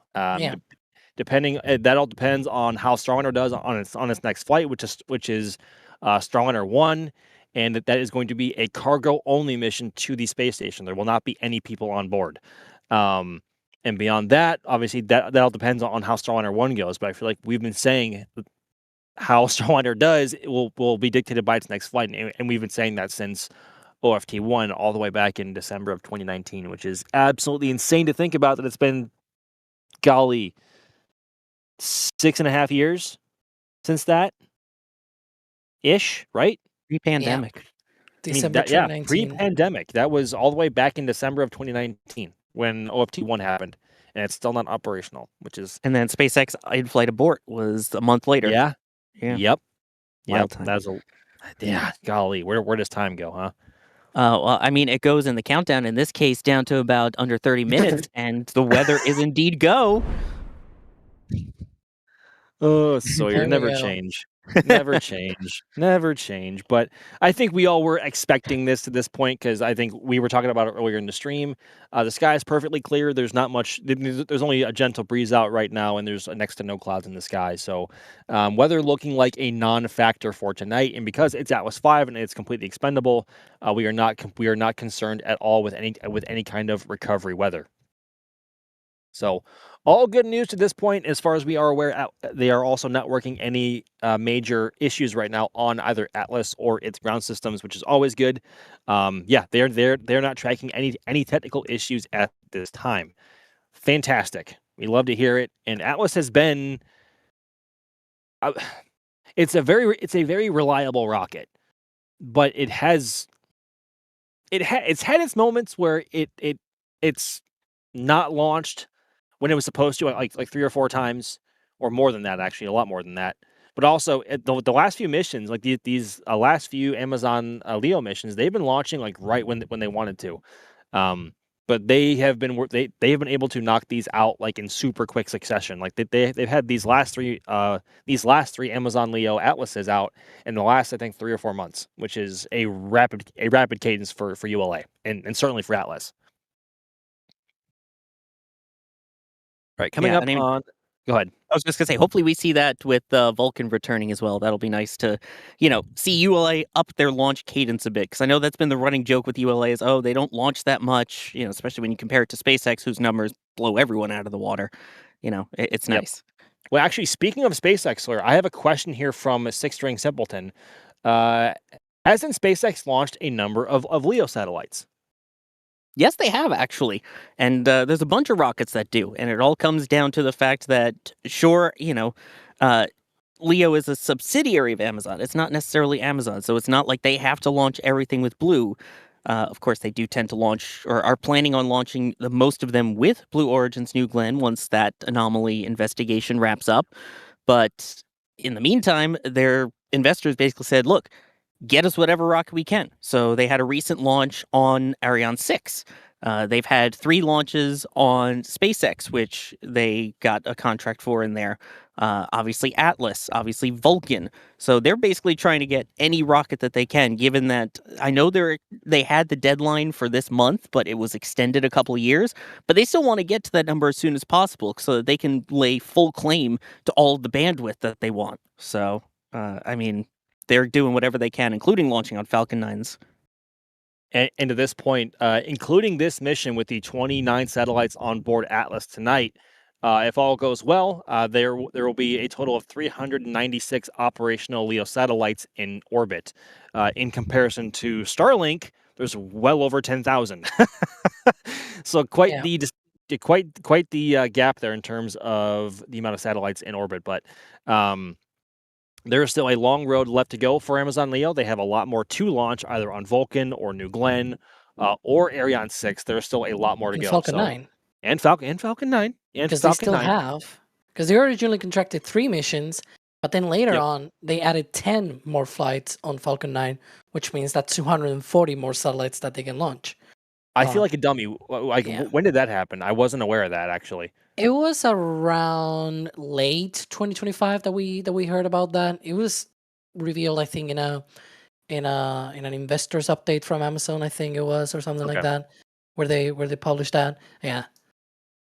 Or it might have been. Hang on. No, it was. It was when they sent to the FCC, the Federal Communications Commission, the request to extend the deadline, and they told them, actually, we have.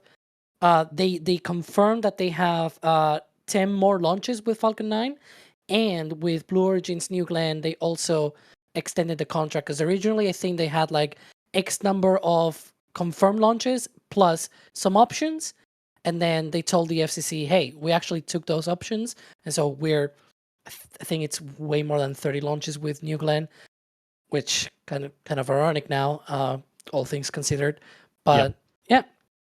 They confirmed to the FCC, hey, we have a bunch of these launches already lined up.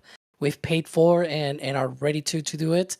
Very healthy satellite manufacturing as well. Like they said, they have multiple stacks of satellites ready to go, because they have the, next to the former shuttle landing facility, now launch and landing facility out there at the Kennedy Space Center. They have stacks of satellites just ready to go, ready to be encapsulated and just launched into space. And right now, the only ones delivering are good old Atlas 5 and Ariane 6, which is quite an impressive thing that it's the only one delivering right now. Yeah, I know, right? Rockets. Oh, gosh. Yeah. Hopefully they can get Vulcan back up sooner than later and break that. But yeah, after tonight's launch, we enter a bit of a period of uncertainty in terms of we don't know what's exactly next for Atlas, because that's all Starliner, and we've talked about that a bunch already in the stream.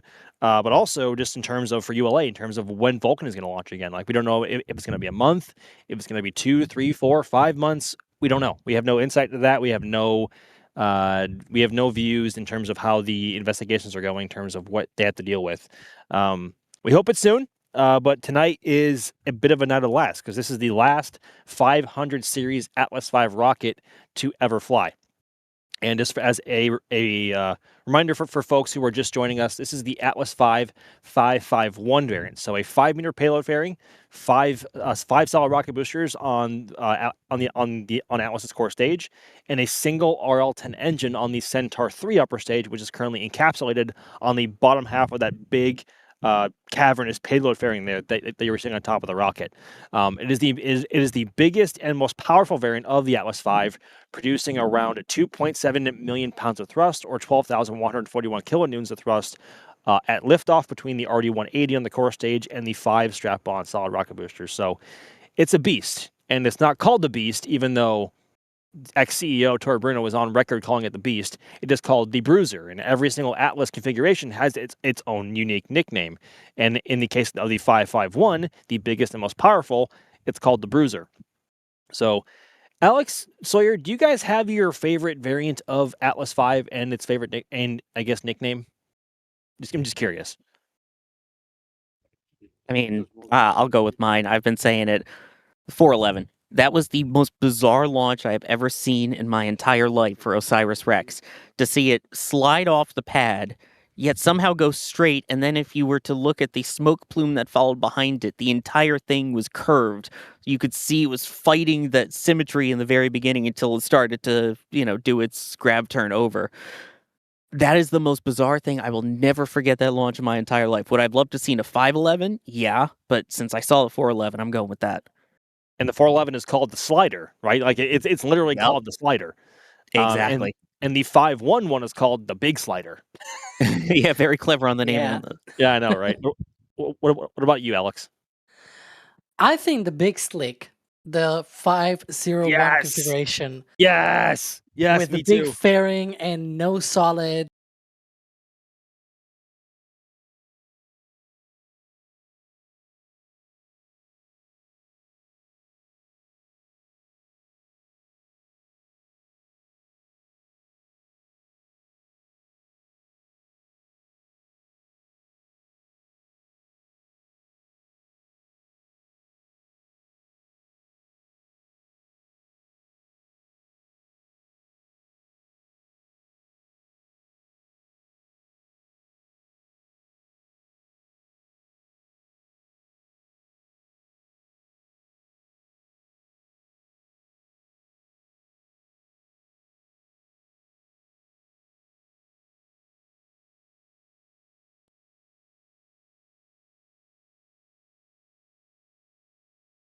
Life. Maybe we're back. I don't know. I know our team in the back is working on it. There we I see go. 5x5s.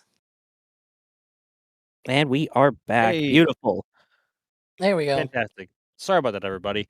Yeah, Alex, Alex- what was your answer? It was the big slick, the one with no solar rocket boosters and the big fairing, because it's cool. Yep. It is cool. The big slick is also my favorite as well. Also because it's just so freaking slow off the pad as well. Like you have all the time in the world to just look at it and admire it for what it is. Yeah. So big slick for me as well. Okay. Okay. Another question for the both of you while we still have a few minutes now, just about 20 minutes away from the scheduled liftoff. Now about 19 minutes, about 19 and a half minutes now. Sawyer, I want to start with you. EJ is asking, not our EJ, but EJ is asking, interesting question. If Atlas V only flies 1 to 2 more flights with Starliner, what museums would you like to see in Atlas V at? Ooh, boy. I mean, it's tough because this is obviously when you want to see it fly. I'd rather see them be none in museums because all of them have expected life, but given that all the remaining ones are set for Starliner, they're not making any more of the fairings. So you really don't have the option of saying, oh, we'll switch it over to one with a payload. You don't get that option. So, I mean, I feel like KSC has to get one. Yeah, that'd be nice. There's got to be something out on the West Coast, as much as I hate to say it, because, that was the other launch site out there. Why not? Yeah. I mean, they have an Electron there. Why not get an Atlas? Yeah. Even and then, yeah. Oh, yeah. They have Endeavor too. That you could see. You can read the article on that, or see the latest update in This Week in Spaceflight. And I think Houston should probably get one, or at least another NASA center should get one. Maybe even Goddard. Just I know they don't have a lot of getting a Russian engine. Wait, I was gonna say, why? Go ahead. Is Alabama not getting anything? Or Colorado? Yeah. Like those? No. Oh yeah. I mean, they have a Falcon out in Colorado. You're right. A Block 4 Falcon, nonetheless. Which is weird because that's actually the very first that was reused. It's like, why is it here? It's like outside of Dish, the company, right? It's like, but ULA, like this launch right now, it's also being getting managed as well from Colorado as well, and they have people at Alabama, in Colorado. They have people across multiple different states, and I think in particular for the Atlas V, both of those states are really important. So if there's another 2 left out of that, Alex, I think those should go there. Alex, I have to barge in real quick, folks. Quick update from ULA. There's actually a couple. So first and foremost, the upper level winds have been verified acceptable for launch, but we have a new T0 time of 12:30 a.m. and 15 seconds local time here. So it's only slipped by a few minutes. Maybe they're working on something small. Maybe they want to give something a bit more time to clear. But we have a new launch time of 12:30 a.m. Local time here, and of course 15 seconds, which is very important there for a big technicality there. 2.5 minutes, basically. I know it's a 2.5 minute slip. Oh dear, what are we ever gonna do? It's such a tragedy. I don't know how are we going to recover? I was talking about this. Vehicle systems engineer is pulling a Denver technical team comprised of specialists in the various hardware and technology disciplines of Atlas V. See, they have people out in Colorado. I mean, ULA is actually HQ'd in Denver, so yeah. So, I was gonna say. You're gonna say, I mean, that they probably deserve an Atlas V more than, I mean, Houston.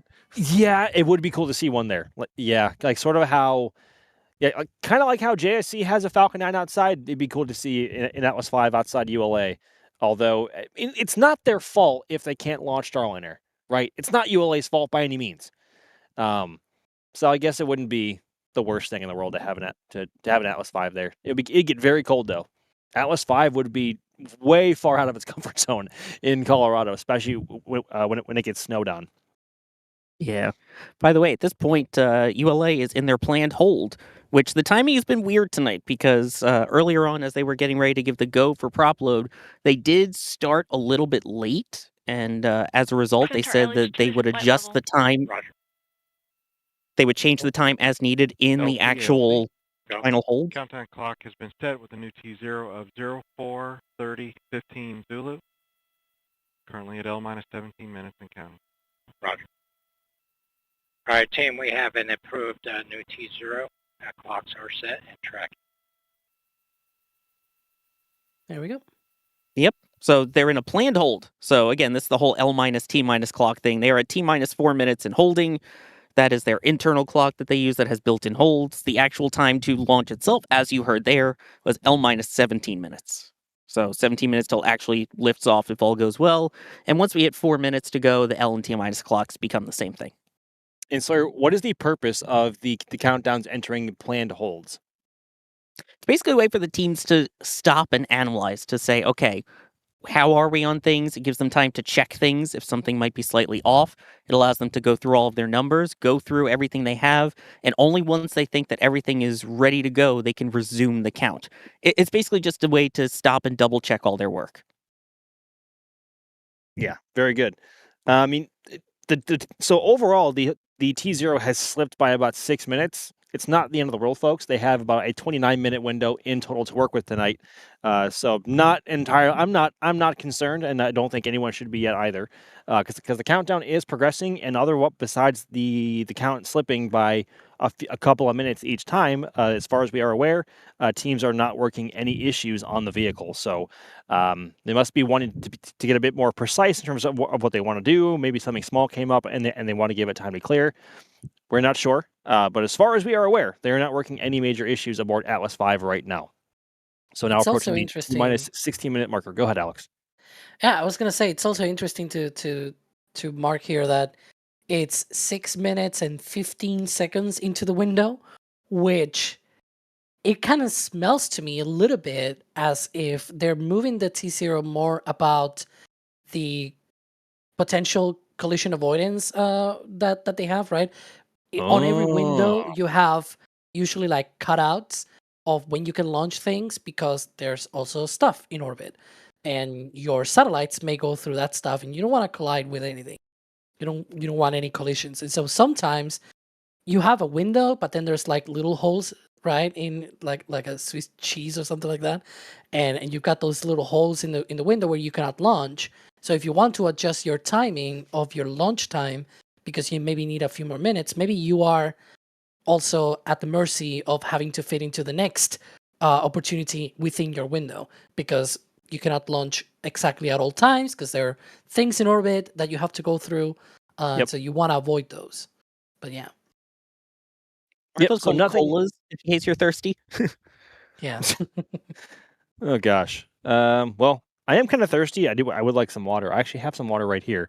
But Sawyer, I want to ask this one to you because I've seen some people in chat asking about this as well, who are up the east coast of the United States. Where can people up the coast, like in Georgia, South and North Carolina, Virginia, can they expect to see any of the launch tonight? Obviously, with good weather. With clear weather, absolutely yes. That's the beauty of these night launches, especially.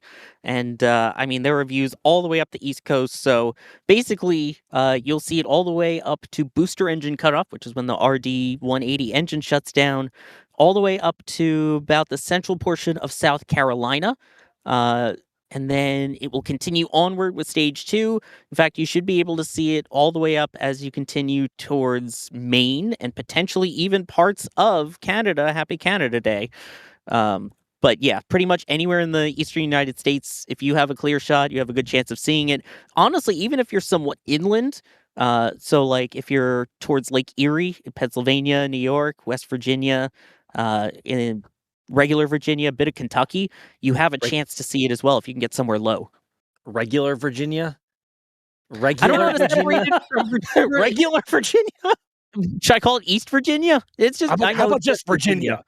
I wouldn't be surprised at all, just to depart from this conversation about Virginia and West Virginia and all that. I wouldn't be surprised if towards the end of the burn they even have a little bit of a jellyfish effect, because this burn is a really long burn of the center upper stage. It goes up until 18 minutes into flight, which is basically like the middle of the Atlantic by then. And it's about to be daylight here in Spain, and we are basically just a few more minutes east in that sense. If you were to be like 450 kilometers up in space, then there's probably room for getting some sunlight into the, on the stage. So who knows? But yeah, Atlas V is unique in the fact as well because its core booster with the RD-180 burns for a long time compared to other boosters in use elsewhere. And also, again, like Alex just mentioned, it Centaur itself also burns for a very long time. But that's something we see a lot more commonly with hydrogen-fueled upper stages. Like we just recently saw this with H3 as well, because that upper stage burns for a very, very long time as well. Alex, that's because the engines aboard a Hydrolox-powered stage are, well, they're not the most powerful, but they are very efficient. But again, they're not most powerful. Yeah, and it is also because you could in theory just add more engines. There's room on Centaur, both on Centaur 3 and Centaur 5 to add more engines if you want more thrust. But then again, it's like you sort of negate the benefits of having a high performance fuel like Hydrolox and like a very lightweight structure, because now you're adding more engines, you're adding more unused mass in general, right? Instead of adding more propellant, you're just adding more dry mass, as it's usually called. And yes, you can get more thrust out of it, but it's like for what? For actually getting less delta V out of your stage, because now you have very heavy engines on the back. So yeah. There we go. All right, folks, coming up on T-minus 11 minutes in the countdown. Not much time left until we see... I'm sorry, L-minus, excuse me. Grief. God. With that... Yeah, I know. Got you there. We're almost where they merge. Almost. We're not quite there yet. Yes. We're not quite there yet. We're like 6.5 minutes out from that point. Yeah, I'm guilty. You got me. Caught me red-handed. Ooh. Okay, so... I'm going to hit this really quickly for the both of you. From Gabriel. What was the most iconic mission that Atlas V has launched? That's a very subjective question. I think that I asked this similar question in the last Flame Trench that we were in last week. For me, the most iconic mission I think was Curiosity. It was the first of the next generation Mars rovers. And that was just a beautiful launch. Sawyer, Alex, I'm not sure about you two. Sawyer? I mean, I'm still going with Osiris Rex. I'm still going with that. It was fair. To be able to go and touch an asteroid, come back. And I was just talking about this with someone the other day. The fact that it went out there, grabbed a sample, came back, and landed within 24 hours of its originally planned time and within its planned touchdown zone, like 8 years after it launched. is unbelievable. The precision of the placement of Atlas on it, and then the precision of the spacecraft on its way, unparalleled. Alex? I'm torn between Mars 2020 and New Horizons. Oh, I forgot New Horizons about was New also very special Horizons. because it got a kick stage as well. Yeah, I forgot about New Horizons. But it's still got to be Curiosity, I think, for me. Golly, yeah, that's a really good one, Alex. That's a really good one. Jerry saying in the back channel, Starliner OFT1. Okay. All right, Jerry. One of the missions of all time. One of the missions of all time. It was the future. It was predicting the amazingness that will be Boeing's Starliner capsule. And you know what? I'm going to predict and then execute one of the transitions of all time, because over at shop.nasaspaceflight.com we have a decent sale going on. Oh man, Jay. Oh man, apparently it's too late for a store plug, folks. But we have a lot over in our shop right now. Summer gear, Hawaiian shirts, or of course SLI here towel, a whole bunch of gear, sun shirts, everything. Like it's all on sale, about 10 to 20% depending on what it is. All great stuff. I have a lot of it myself. It's genuinely good stuff. So feel free to check that out as well. I worked so hard for that transition, Jay, and you just had to rob that from me. But I think Jay robbed that from me, because we are actually approaching the terminal count status briefing that should be coming up in a few minutes, actually at L-7 minutes. And for that, we will all remain silent and leave all the comms up to ULA so we can listen in live as to literally the briefing as it goes. And Alex saying in the back channel, weather has improved to 95% go, which is incredible news. Yeah, they said that the ground winds are 8 to 13 knots. And temperature 80 Fahrenheit, so that's interesting. Only concern, cumulus cloud rule. And I don't see any cumulus clouds in the area, so I think we're safe from those right now. I don't see any clouds, yeah. Literally any clouds, and there is a bright, nearly full moon off to my southeast right now here at the Kennedy Space Center press site. Luna is shining very, very bright. And hopefully Atlas 5 will be as well in about 7.5 minutes time. But as a reminder, folks, we will be going silent at the L-7 minute mark to listen into the launch readiness poll from the teams at ULA coming up in about 8 seconds from now. I'm going to go ahead and be quiet and so we can listen in. L-7 minutes. Status check to proceed with terminal count. Atlas systems, propulsion. Go. Hydraulics. Go. Pneumatics. Go. LO2. Go. Water. Go. Centaur system, propulsion. Go. Pneumatics. Go. LO2. Go. LH2. Go. ASGAS. Go. Electrical systems, airborne. Go. Ground. Go. Facility. Go. RFFTS. Go. Flight control. Go. GCQ. Go. Op support. Go. COM. Go. Umbilicals. Go. Environmental control system. Go. Redline monitor. Go. Quality. Go. Op safety manager. Go. ULA safety officer. Go. Vehicle system engineer. Go. Anomaly chief. Go. Ranger weather. Go. Launch director. LC, this is LD. You have permission to launch. Proceeding with the count. ALC. Verified T0 is set for 043015. Verified. Excellent news from coming All out steps of launch control. prior to terminal count. LC switch ready.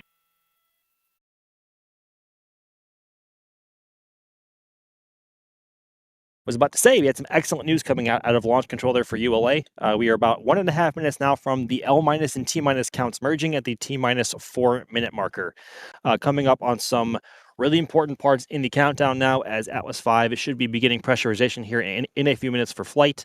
It's going to be a spectacular liftoff if all goes well. And last we checked, they are not working any major issues, hence the very go poll just a couple of minutes ago. Or not even, just now. L-5 minutes now. We are standing by to pick up the countdown clocks once again at the L- and T-4 minute marker. Oh, it's getting real, guys. Yeah. Getting real. The It last really five. is. The last 500 series Atlas V rocket that we're ever going to see fly, y'all. Enjoy this one. For anyone who is out, on the Space Coast tonight, outside, either on the beach or watching from their hotel, Airbnb, their house, and certainly us here in the field, being myself, Dee, Jerry and Sawyer, and all of us, anyone else in the media pool, this is going to be a very special one. Never going to see this again. Like we will hopefully see Atlas again, but not like this. It feels a bit somber, this one, but because of that, it's all the more special. Exactly. Sawyer, how you Well feeling? said. I mean, this vehicle, if you go all the way back to the original Atlas, has 50 plus years of heritage, including human spaceflight. Mark, 3:59. There we go. The T-minus clock has picked up now with the L-minus and T-minus clocks merging. Go ahead, Sawyer. I was just going to say, all of that heritage, and here it leads up to this mission today, all of those successful flights. Hopefully it gets another 100% bullseye under its belt tonight. Go Atlas, go Centaur, go Leo. 100%. That's going to be, I don't know, that's going to be so hard hearing that in the count, because ULA, like, say what you want about the company as a whole, but their audible callouts in the countdown are some of the most iconic. Go Atlas, go Vulcan, whatever it is. Go Delta. I missed the Go Delta calls. Oh, that tugs at heartstrings. It's weird seeing Delta IV Heavy's pad now for Starship, but again, all things must pass, and the future comes next. 100%. Now approaching the T-minus 3 minute marker.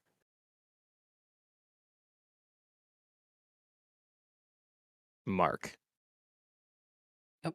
And now it gets very, very active, because those 4 final minutes is when they do all of the, for example, pressurizing the tanks for flight, doing all of the drainbacks on the propellant lines, doing all of the final checks, transitioning to internal power, arming the flight termination system, all the things basically, which is really important. For example, right now, Atlas first stage liquid oxygen replenishment is being secured so that the tank can be pressurized for launch.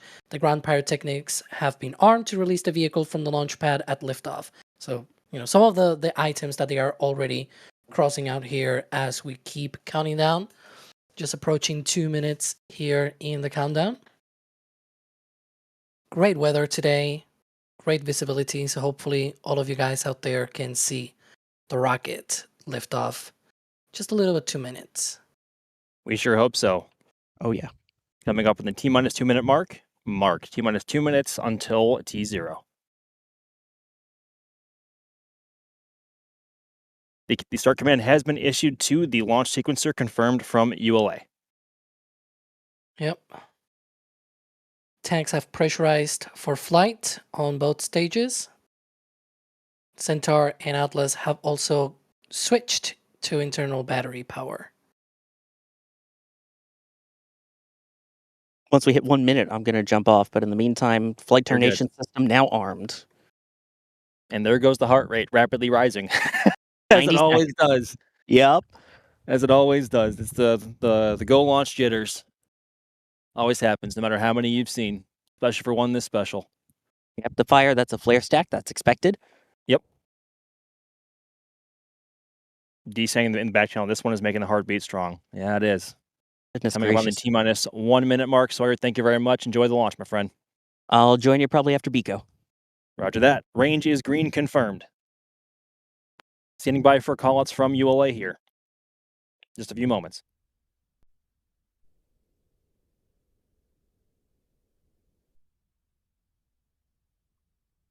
Three.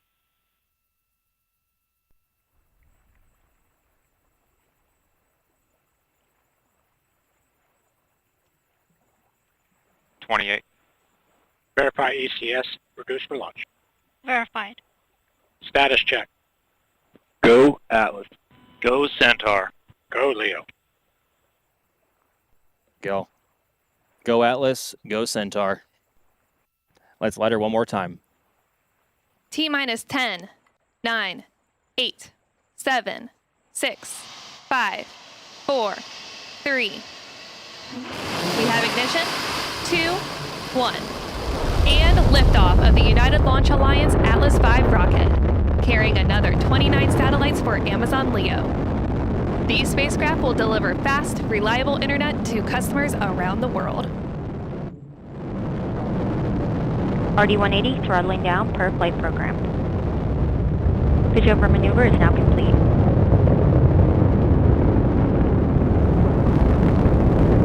Roll program is now complete.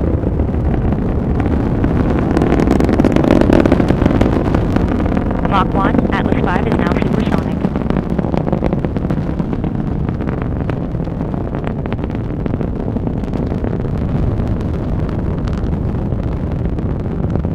RD-180 throttling back up as the vehicle approaches max Q. You are hearing the voice of ULA's Britt Porcelli providing Max launch Q, vehicle the scent vehicle data. just experienced max dynamic pressure predicted for today's flight. In about 15 seconds, the first stage engine will throttle down Traveling to down the prepare center for of the range separation track now. of the solid rocket boosters.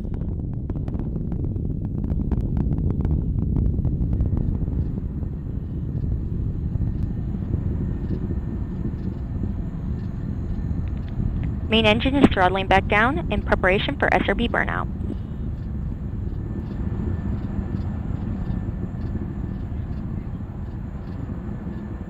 Atlas The 5 vehicle heading now weighs downrange. half of its original liftoff weight. This is Atlas SRB Mission burnout Control has at L plus 1 minute and 38 seconds. We are coming up on burnout and jettison of the solid rocket boosters. These additional motors increase the thrust at liftoff, giving Atlas an extra boost off the pad. In positive indication of all 5 separation of SRBs. Guidance initiated. Confirmation of 5 separated SRB motors. Solid rocket boosters from ULA's Atlas 5 551, the last one to ever fly. Thanks for all the memories, Bruiser.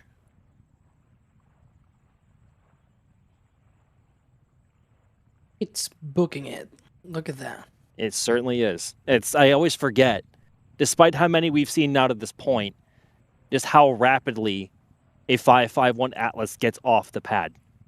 It's like an ICBM. It's kind of startling just how quickly it moves. Thrust to weight ratio? Yes. Still have a view of the core booster burning away from all of our tracking cameras here at the Cape. We can still see coming up soon. Yep. We can still see the flamey bits of the SRBs from time to time as they tumble after separation. Yep.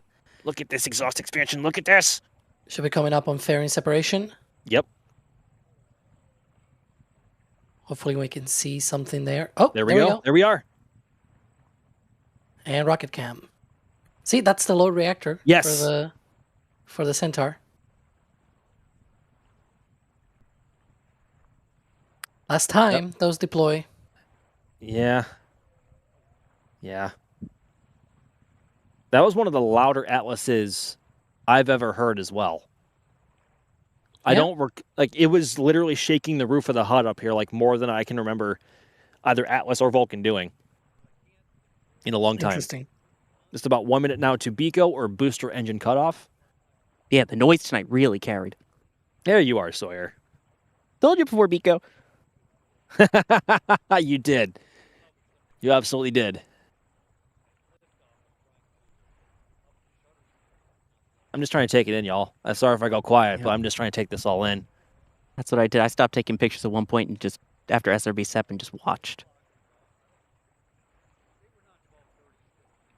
Wow.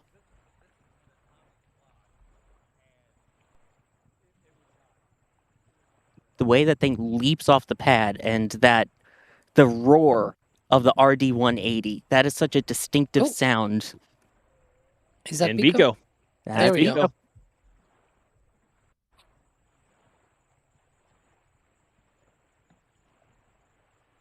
Should be coming up now on stage separation between the core booster and the Centaur upper stage. The core booster has a couple of retro motors it uses to move itself away from Centaur, and then a few seconds after separation, we will hopefully get confirmation of RL-10 ignition on Centaur 3. So would this make this the at last 551? Oh, there we go. There we go. There's visual confirmation of RL-10 ignition on Centaur.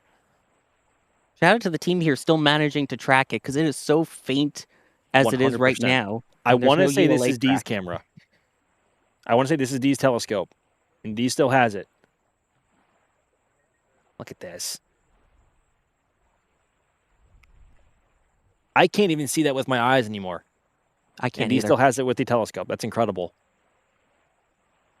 I think I see it ever so faintly. I can still hear, by the way, the fire alarms going off over at Slick 41. It's almost like there was just a gigantic fire there, like about 5 minutes ago. Huh? 5.5 Yeah, minutes. strange about that. Strange, right? Oh my goodness.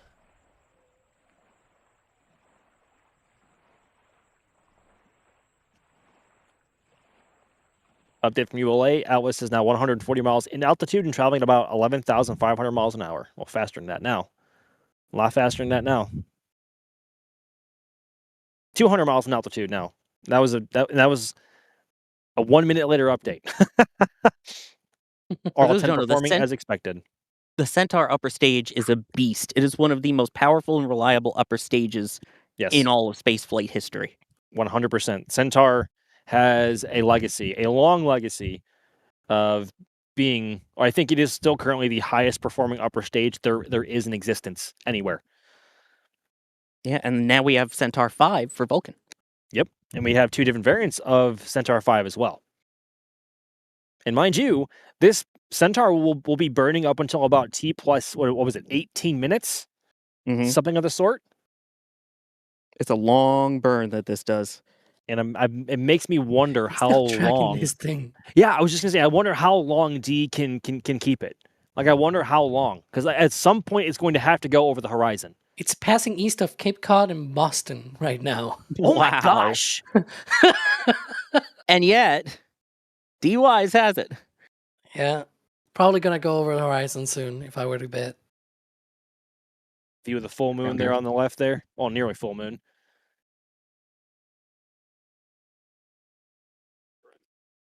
But yeah, it's weird because on some of the previous Amazon Leo launches, they covered up until satellite separation. Quite intriguing why they're not doing it today. Yeah, no, it is very strange. Normally we'd have at least renders or visuals from ULA about the vehicle's performance, but I guess not today. Hey, so we're Minutes and getting still tracking it. we're getting quite close to the horizon here now. I still can't have even it. see it, dude. That's awesome.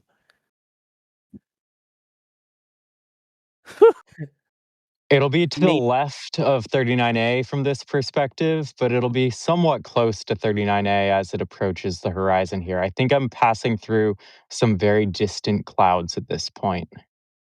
It'd be epic if it came down over the fixed service structure. We can see the dot still here Yep. on the feed. So Yeah, guys, that dot on your screen, that's not a star. That is the aft end of the Centaur upper stage in the RL-10. Currently burning now. Now probably Nova well Scotia. past. Yeah, I was just going to say, probably well past the U.S. now, passing Nova Happy Scotia. Canada Day. You can Thousands see of Atlas. miles away, and we still have it on our camera. Look at I'm this. seeing my wide shot get brighter from lights in the foreground, and I'm watching that telescope shot. That light is starting to flicker just from the distance, the air disturbance, and clouds in the foreground. Oh, I might lose it. Yeah, there we go. It's 9 minutes. I still have it, Oh, but you it still have is, it? You still it have is it? You still have it? Wow. I don't think I will have it for much longer. It is so faint. Not with that attitude. Don't lose it. 9.5 minutes. Still going. I gotta hit double digits. Come on. You have to. Come on. You can do it. You can. Only 30 more seconds. That's all we need. Oh, There's a cloud. There's a cloud. Mother Nature, no. I'm is that basically at 9:35? the horizon. Is that a record for how long we've been able to track something? That might be. Very appropriate for the final one then. Yeah, Yeah. 100%. Wow. I think that's actually so. This is, I think, one of the robotic cameras that we have over here at the hut. That cloud you were seeing there on the kind of like lower left third is the remnants of the exhaust plume immediately from liftoff from just about 10 minutes ago, and it's still lingering around. You can actually still see remnants of the smoke trail as well. It's actually coming our way, kind of alarmingly. Although Don't breathe it, that's all. I mean, it's way up there. It's way up there, and it's I think going to our south a bit. Yeah, that's still just wonderful, and that's what makes vehicles, whether it be Atlas, Vulcan, SLS, anything that still flies with solid rocket motors, is you still have that visual connection between at least while the SRBs are burning, you have that visual connection between the vehicle in flight and the ground from where it launched from, and that's just, especially when you're watching from an aerial perspective, to have that visual connection, especially when it's later in flight before burnout. It's one of the most just picturesque things you could ever imagine. It's wonderful. It really is. There's nothing like it. And again, as great as Falcon 9 is, it's beautiful. It's reliable. If you get to see a Falcon 9 launch, it's still a great day. But there's something about those SRBs, man, that really makes it special. As old school as they are. Yeah, and I'm an old school guy. They're still just they're a wonderful thing when they work right, when they work correctly. Yeah, minor detail. So, folks, even though we don't have any visuals now from either ULA or our tracking cameras, Centaur 3 is still up and burning and on ascent. It'll be burning for about another 6 minutes or so. We are getting live updates from ULA's blog here. Now, I think it should be well over 300 miles in altitude and past Newfoundland now. Yeah. It's He's also all in the mail. weird. It's a weird insertion burn because they go directly to Moon. Ooh. Moon. Is that with the Crater. same telescope? Yes. Holy crater. Jeez Louise. Give me just a moment. I'll get you a picture before I need to shuffle off to Buffalo out of here, or at least shuffle off of Space Force. Update from ULA, T plus 12 minutes. Atlas 5 is now 2,000 miles northeast of the launch pad, traveling at more than 14,000 miles an hour. Still 6 more minutes. Yep. It's always kind of spooky watching the moon this close. It's like borderline uncomfortable.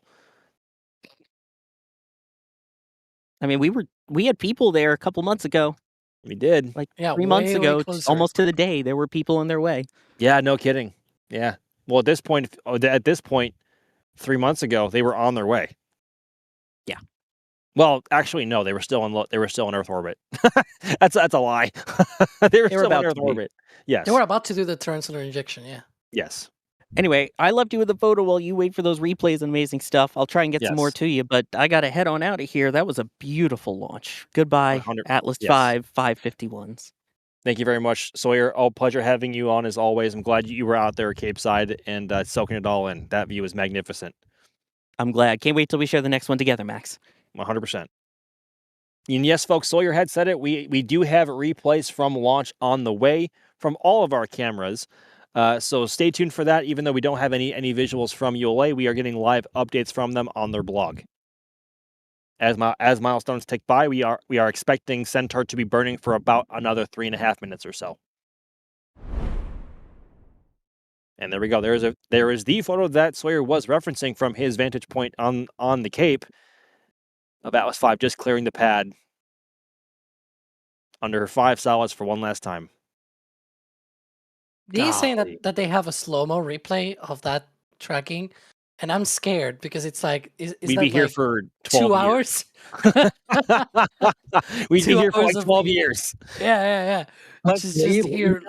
Let's see. I could make it a very long outro here. Jay might dislike that. And then our probably network will, yeah. would just completely crash trying to get it set out. Oh goodness. That was a pretty one. I know sometimes we can get a bit bashful towards night launches, especially when they're milestone missions.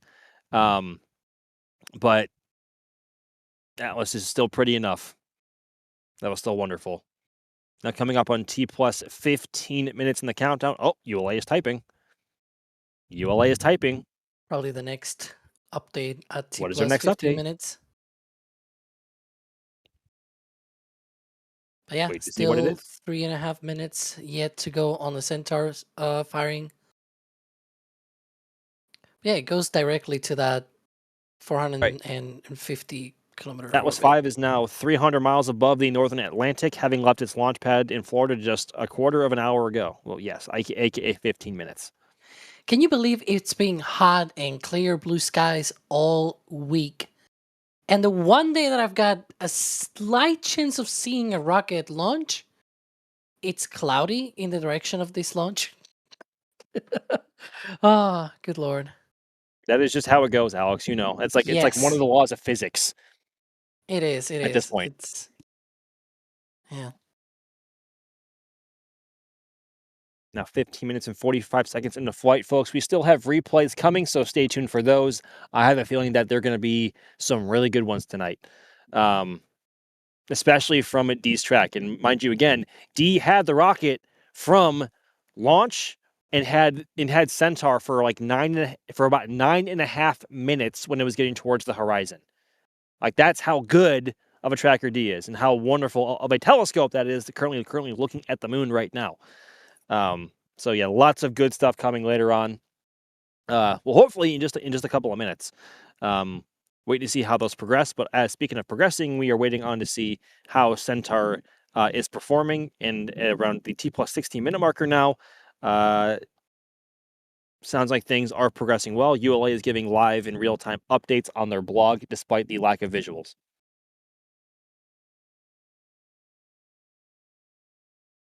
And once Centaur ends its burn, there will be a deployment period of around 20 minutes, and there will be 10 deployment events with 3 satellites each to get all 29 Amazon LEO satellites deployed to where they need to go. But unlike previous streams, we will not have live coverage of that, sadly. Jay is assuring me in the back channel, the replays are coming. All right. we will wait rather impatiently. I see some support building up, folks. Yep. I see some support building up, folks, but I want to make sure that we get through Centaur's burn first while we can. Yeah. I'm trying to see it if I can see something. I don't even know if I'm looking in the right direction. Because it's just the perfect time with twilight, basically. Centaur now traveling over 16,000 miles an hour.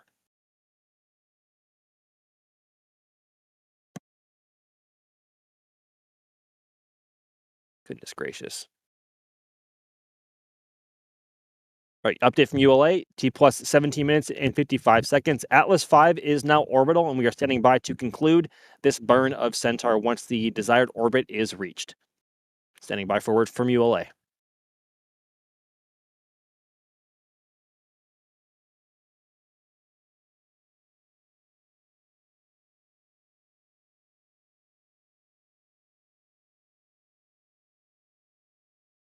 Confirmation from ULA, T plus 18 minutes and 10 seconds, obviously about 13 seconds ago. Main engine cutoff confirmed, or MECO confirmed, on the Centaur upper stage. The Atlas V rocket has achieved its low Earth orbit with its 29 Amazon LEO satellites on Atlas's 8th operational mission for Amazon LEO. And that's it, folks. That's about all she wrote for the 500 series Atlas. And we should be having live updates from ULA regarding those deployments as they happen.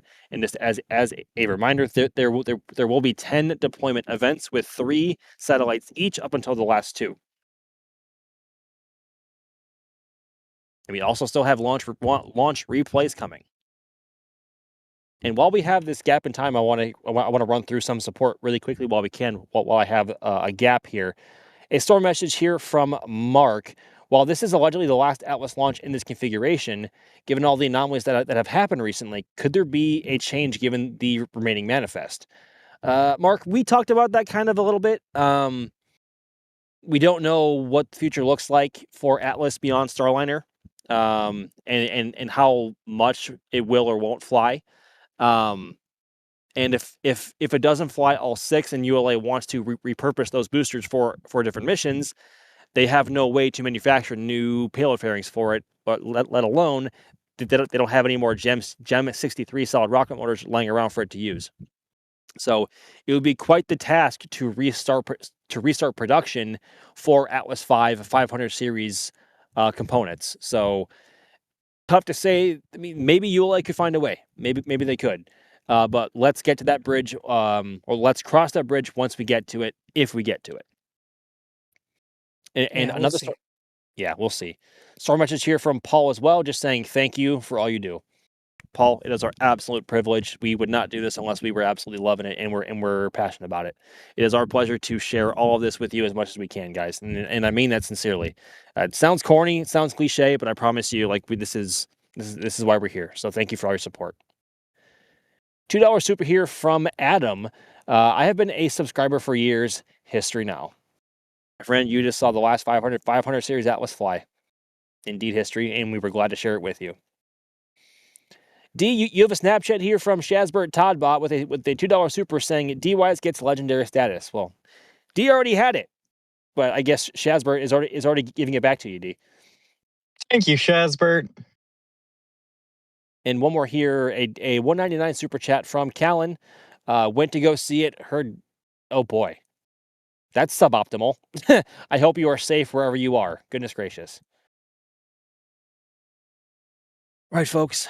So waiting on replays here in the back channel from we have a lot of cameras to prepare and a lot of footage as well. So stay tuned. They are coming, but in the meantime, we are waiting. We are waiting for confirmation of payload deployment from ULA. First 3 satellites have been deployed now. Oh, fantastic! 9 more deployments to go over the next 16 minutes. Yep. They deploy 3, I think, at a time, and then the last one is like 2.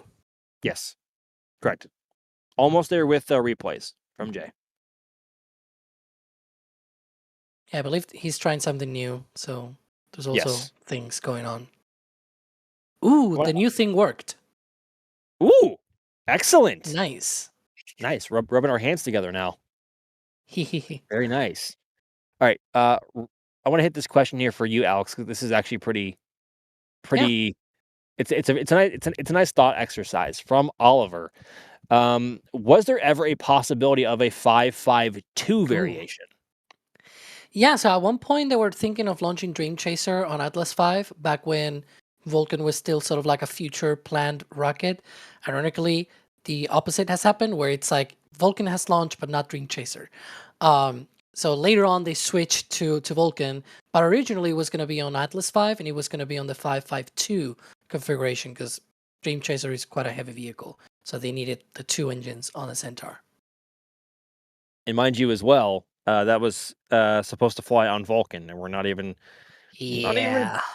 sure it's gonna fly at all anymore. Kind of a hot take, but we don't know what. Speaking of uncertain futures, Dream Chaser, but this is not a Dream Chaser stream. I do not feel like diving down that rabbit hole. I think it may launch, but it's just gonna be not going to the ISS. Like that first flight, it's not going to the ISS, right? It's like a free flight. Correct. Yeah, I think that might still happen. Getting to the point where it's reliable enough for NASA to be like, yeah, sure, bring it to the ISS. After what happened with Starliner, I don't know. Ooh, really quickly here from Mechazilla asking another question. Any update on the Swift boost mission? I thought it was supposed to launch a couple days ago, but it didn't. I think it's I think technically now this morning, right, Alex? Yeah, so you know how they often advertise air launch as being, flying over the weather and all that stuff, and you don't have any problems with the problem is the area that this thing is launching from. It's right now under a tropical storm. Oh, good. And so even the plane itself cannot take off because it's under a tropical storm right now, and so the weather is horrible in the Marshall Islands. And so it's scrubbed twice already because of the weather. Maybe today might be a little bit better. The tropical storm is a little bit more clear out of the way. Maybe they have margin there to be able to fly out. But we'll see. Indeed we will. And speaking of seeing, drum roll please, I think we have replays. Yes! The replay onslaught begins, I should say. I think this is from one of D's wide cameras. Is it a bird? It may have been. in one may of the have posts been. there. Jay, when's it going to move? Jay? When's liftoff, Jay? Did you pull the... Oh, here we go. RD-180 and booster. Look at that. There it is. Look at the way it just lights up the sky. Those solids burn so bright, especially in combination with the RD-180. Like, Carolox already burns bright enough. We see it on Falcon all the time. But in combination with solids, yeah. It's a magnificent beast. What a beauty. Already separated 6 more LEO satellites, so that should be Fantastic. 9, I think. 20 to 20 go. more to go. Ha! Jinx. Jinx.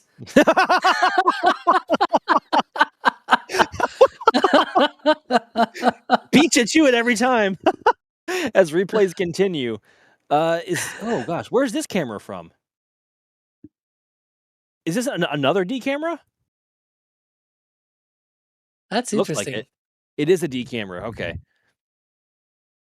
So many cameras. So many cameras, such is the case. But it's better to have. You can never have too many cameras. Actually, I was about to say it's better. Oh, to you have can too see the much than not bird. enough. The one from the previous view. This is from one of our fleet cams over in the port at Rusty's in the port. It's a fantastic place to grab everybody to eat. But launching from right behind the Starship transport barge, you'll thank me later. Yeah. Look at that. It's a beacon of light. Ooh, the reflection. Yeah.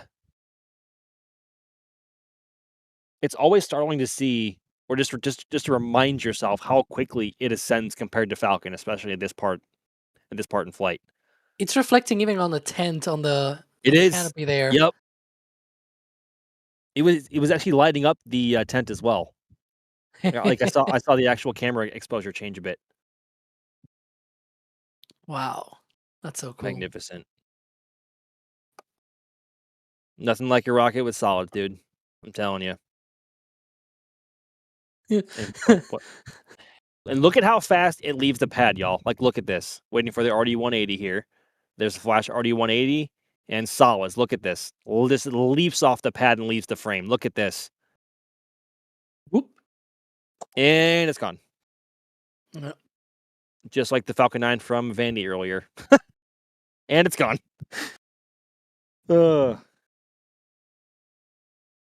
Now the 3 more Goodness satellites gracious. separated. That should Fantastic. be 12. And another replay from one of our hut cameras here. Just it accelerates so fast. It's like an ICBM, which is ironic because that's how Atlases began life, as ICBMs. Not anymore. They serve a much different purpose now. I don't think it even has the time to say goodbye.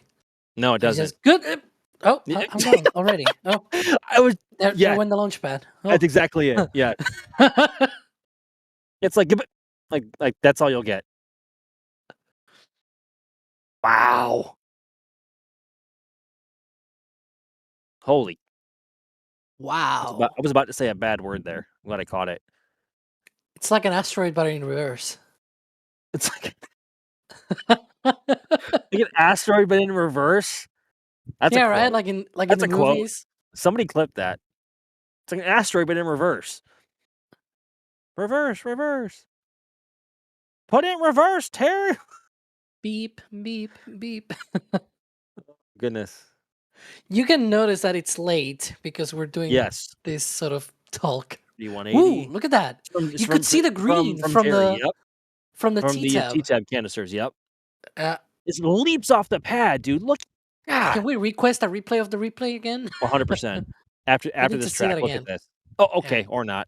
Just jump There. right to it. Look at it. Yep, the green flash. Yep. And the SREs. Whoop. Yep, the RD-180 comes first. It gets up to full thrust, and then they light all 5 solids. And another 3 satellites. It should be 15 if I'm counting correctly. 14 more to go.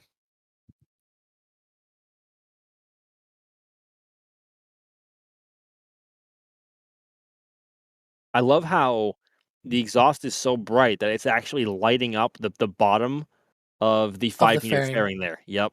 Yeah. It like adds it like adds glow to the rest of the launch vehicle. Normally, for other rockets at night, you can't see the actual body of the rocket because just of the way it's either shaped or because the exhaust isn't bright enough. But on Atlas, that obviously was not the case tonight. Seeing a bit of sparks there from the GEM 63s, which is par for the course. We've come to get used to that. Although, like we've observed this from the many Atlas V launches with these solids over time. Now we know that's normal. That's just how these SRBs like to burn. So just because you see sparks, I get it. If you have PTSD from Vulcan, I 100% understand that. But SRBs just burn a lot rougher, and these being a bit more powerful and just bigger than the old AJ60 style SRBs. It's just how these burn. Go There's ahead. also a big difference in the way that these sparks are created versus the ones on Vulcan. The majority of these sparks are being created towards the end of their burn, right? Which is normal. Sometimes at the end, they sort of sputter out and they produce a lot of sparks because it's sort of being drained out fully. And so it's sort of like the little bit at the end of the bottle, so to speak.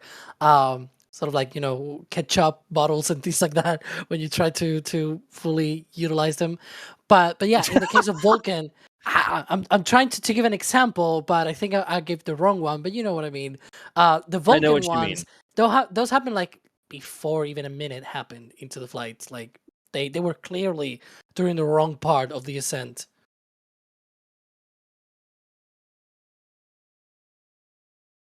Obviously, SRB separation happened there, and you were actually able to track the SRBs tumbling away afterwards, like pretty long after separation there as well. Because just because the SRBs are done burning and producing thrust, doesn't mean parts of the rock doesn't mean it's not still hot. Ooh. And that's that glow you're seeing. And look, I think we should be coming up on payload stuff here soon. Yeah, I like how there you can notice the start of boost chill down on the RL10 because you can see the extra venting, just like we saw earlier with Falcon 9 and the MVAC chill. Yes, exactly. Yeah, because with the RL10, it's a whole different thing. It's a weird engine, so they do like a pre-chill down on the ground with liquid nitrogen, and then during ascent, for like only a minute, maybe a minute and a half, they then flow liquid oxygen through at least the liquid oxygen side of things. Liquid hydrogen needs to be a little bit warm for the engine to start. I wonder if the exhaust becoming a bit more visible from the RD-180 there briefly was due to throttle up, though. I wonder if that was there's the throttle down for fairing separation and then a throttle up. Yep. But it's also like the right moment where they do the boost chill down of the RL10 and then they stop. Okay. Yeah. Okay. Like every single time this happened, it's been when they call out boost chill down of the RL10. Yeah. Okay. Got it. Yeah. This is it's from one of our very casual. This is from one of our Cape cams. A great view here of all 5 SRBs just glowing away after separation. Exactly, yeah. Wow. I think this is Cape 02. 7th separation now. That should be 21 satellites. 8 more to go.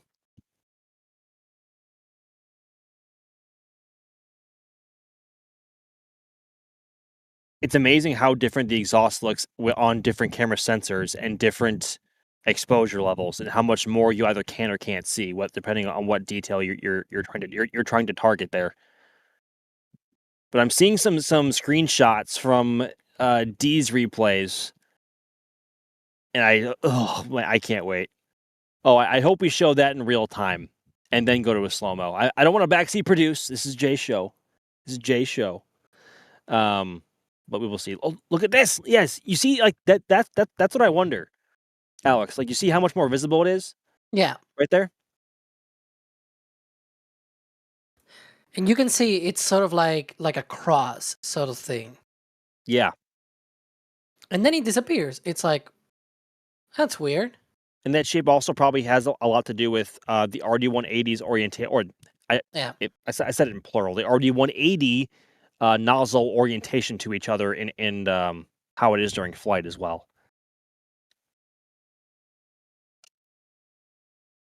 And that's now 24 satellites deployed.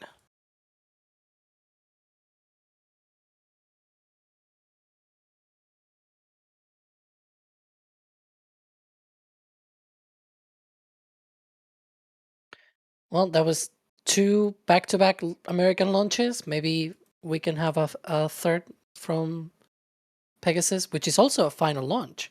That's as 4 well, hours in away, a Alex. sense. That's I 4 hours know. away. But they are all like within the same 10-hour time frame or so. Yeah. I saw Ninja Guy Dan ask earlier. I didn't get to the question. Have we ever streamed a triple header like launch before, or have you ever done 3 launches in one evening or one stream? I think we had a scrub at least on one of those, if I'm not mistaken. Did we? Okay. There was one time, I vaguely remember that there was, yeah. I remember we tried. There was going to be a day of like 3. Like there was going to be these weren't flights. There was going to be a static fire of both New Glenn and then also Ship 40. No, sorry, Ship 39. And there was a 27 now. third thing also happening there as well. I can't remember what it was. But the first 2 didn't happen. It's like New Glenn did not hot fire, and the other thing did not happen either. So, but Ship 40 did have a static fire. Or sorry, Ship 39. Good grief.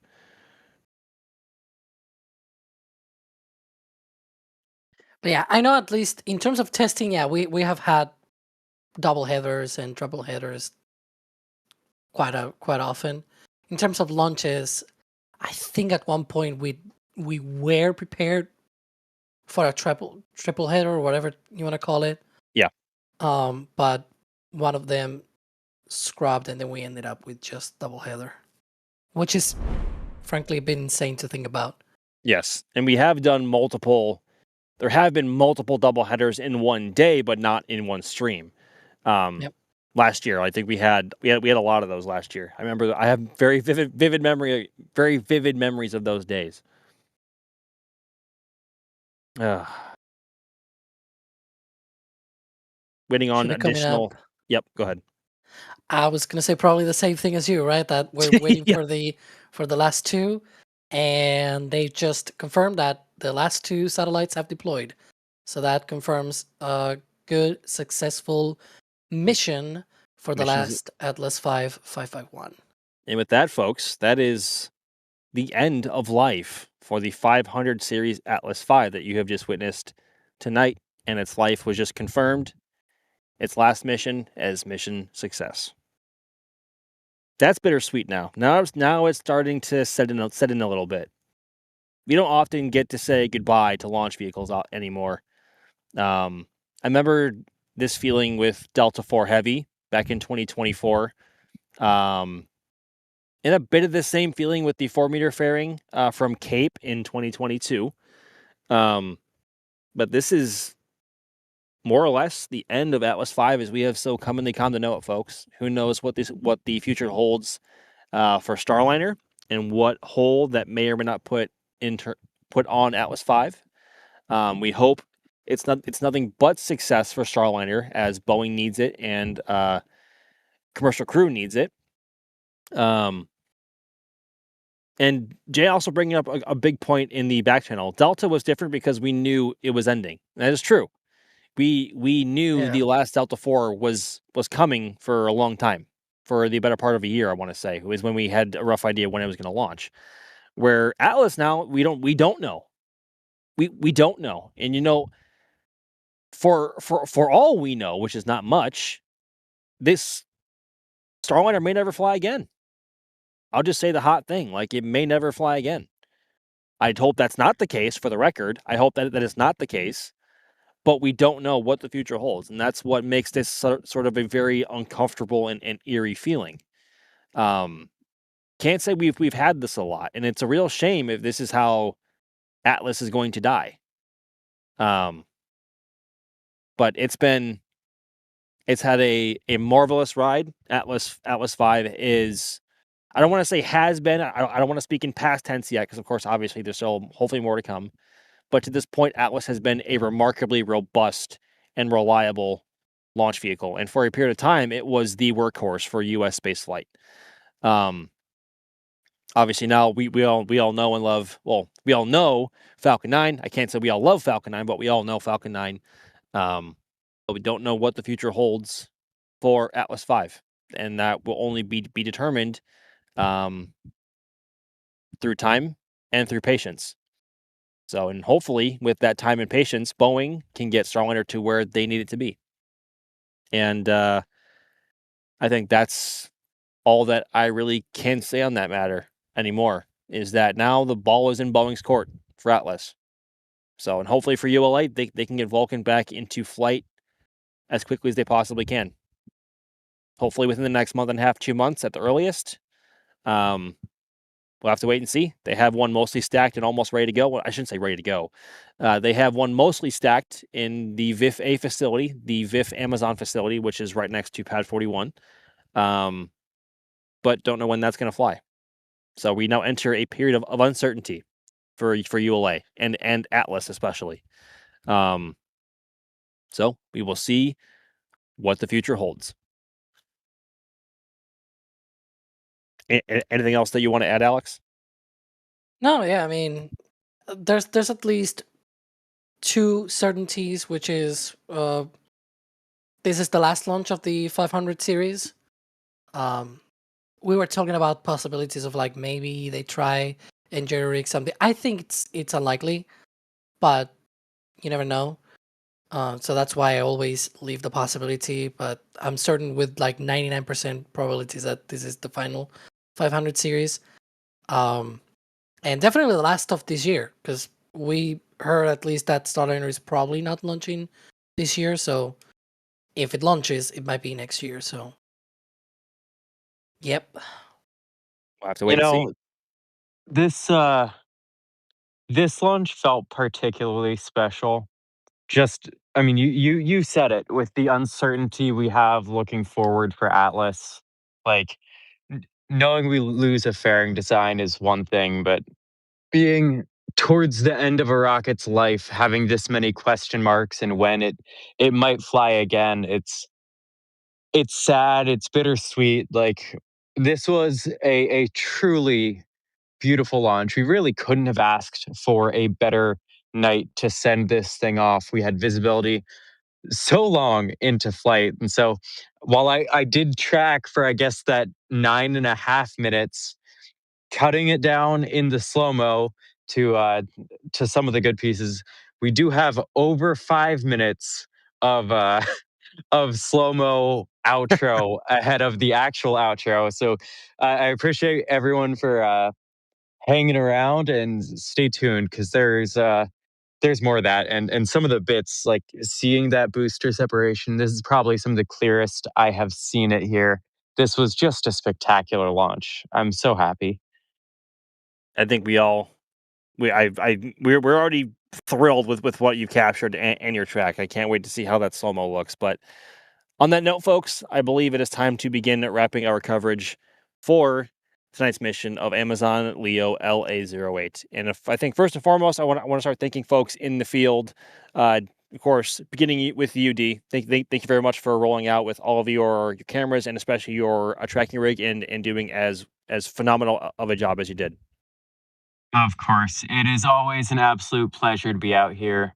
Late nights, whenever it is, it's not every day you get to see a rocket launch. And so something like this is really special, and I really appreciate everyone for hanging out.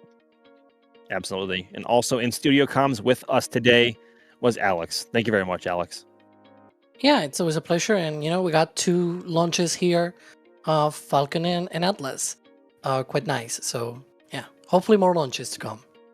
And you said it. We also had a Falcon launch before Atlas, and that was courtesy of Marcus Birngham out on the west coast of California, and bringing us views of the Starlink 14 or what? Yeah, I guess. It's always cool to stream Vandy, okay? Like, as much as we No, what? I was going to make a mention, because I was like, I guess it's probably neat that we did that like 2 days before July 4th, because Yeah. from both coasts of the United States, From both coasts and of the the U.S. 250th anniversary of independence. So there you go. Absolutely. And also out in the field, Cape Side was Sawyer Rosenstein and Jerry Pike bringing us some live commentary from Cape Side and a live view over there as well. Behind the scenes, pushing the buttons and pulling the levers for this doubleheader live stream was our one and only Jay Keegan. My name is Max Evans, and I have been your host for this stream. And I thank you very much for everyone's time and for following along. And we will catch y'all in the next one.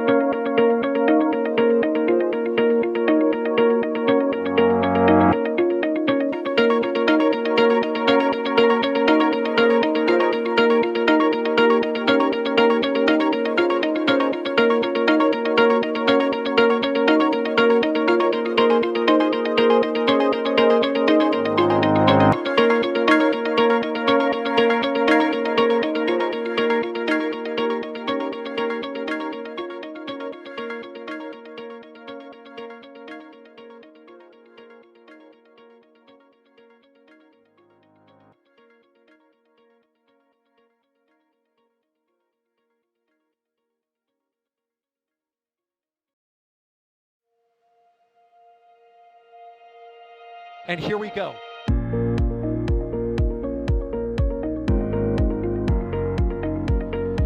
There's the W. Here's ignition. Doubling up. Did it just do a Kerbal? Back to the moon and beyond. Put that in the big bag, you know. Back at home, we all have a lot of work to do, but from here, that sure looks like a perfect globe. Propulsion continues to be nominal. We did have an observation. 343 unfolds to go. It's orange. Water towers, fly!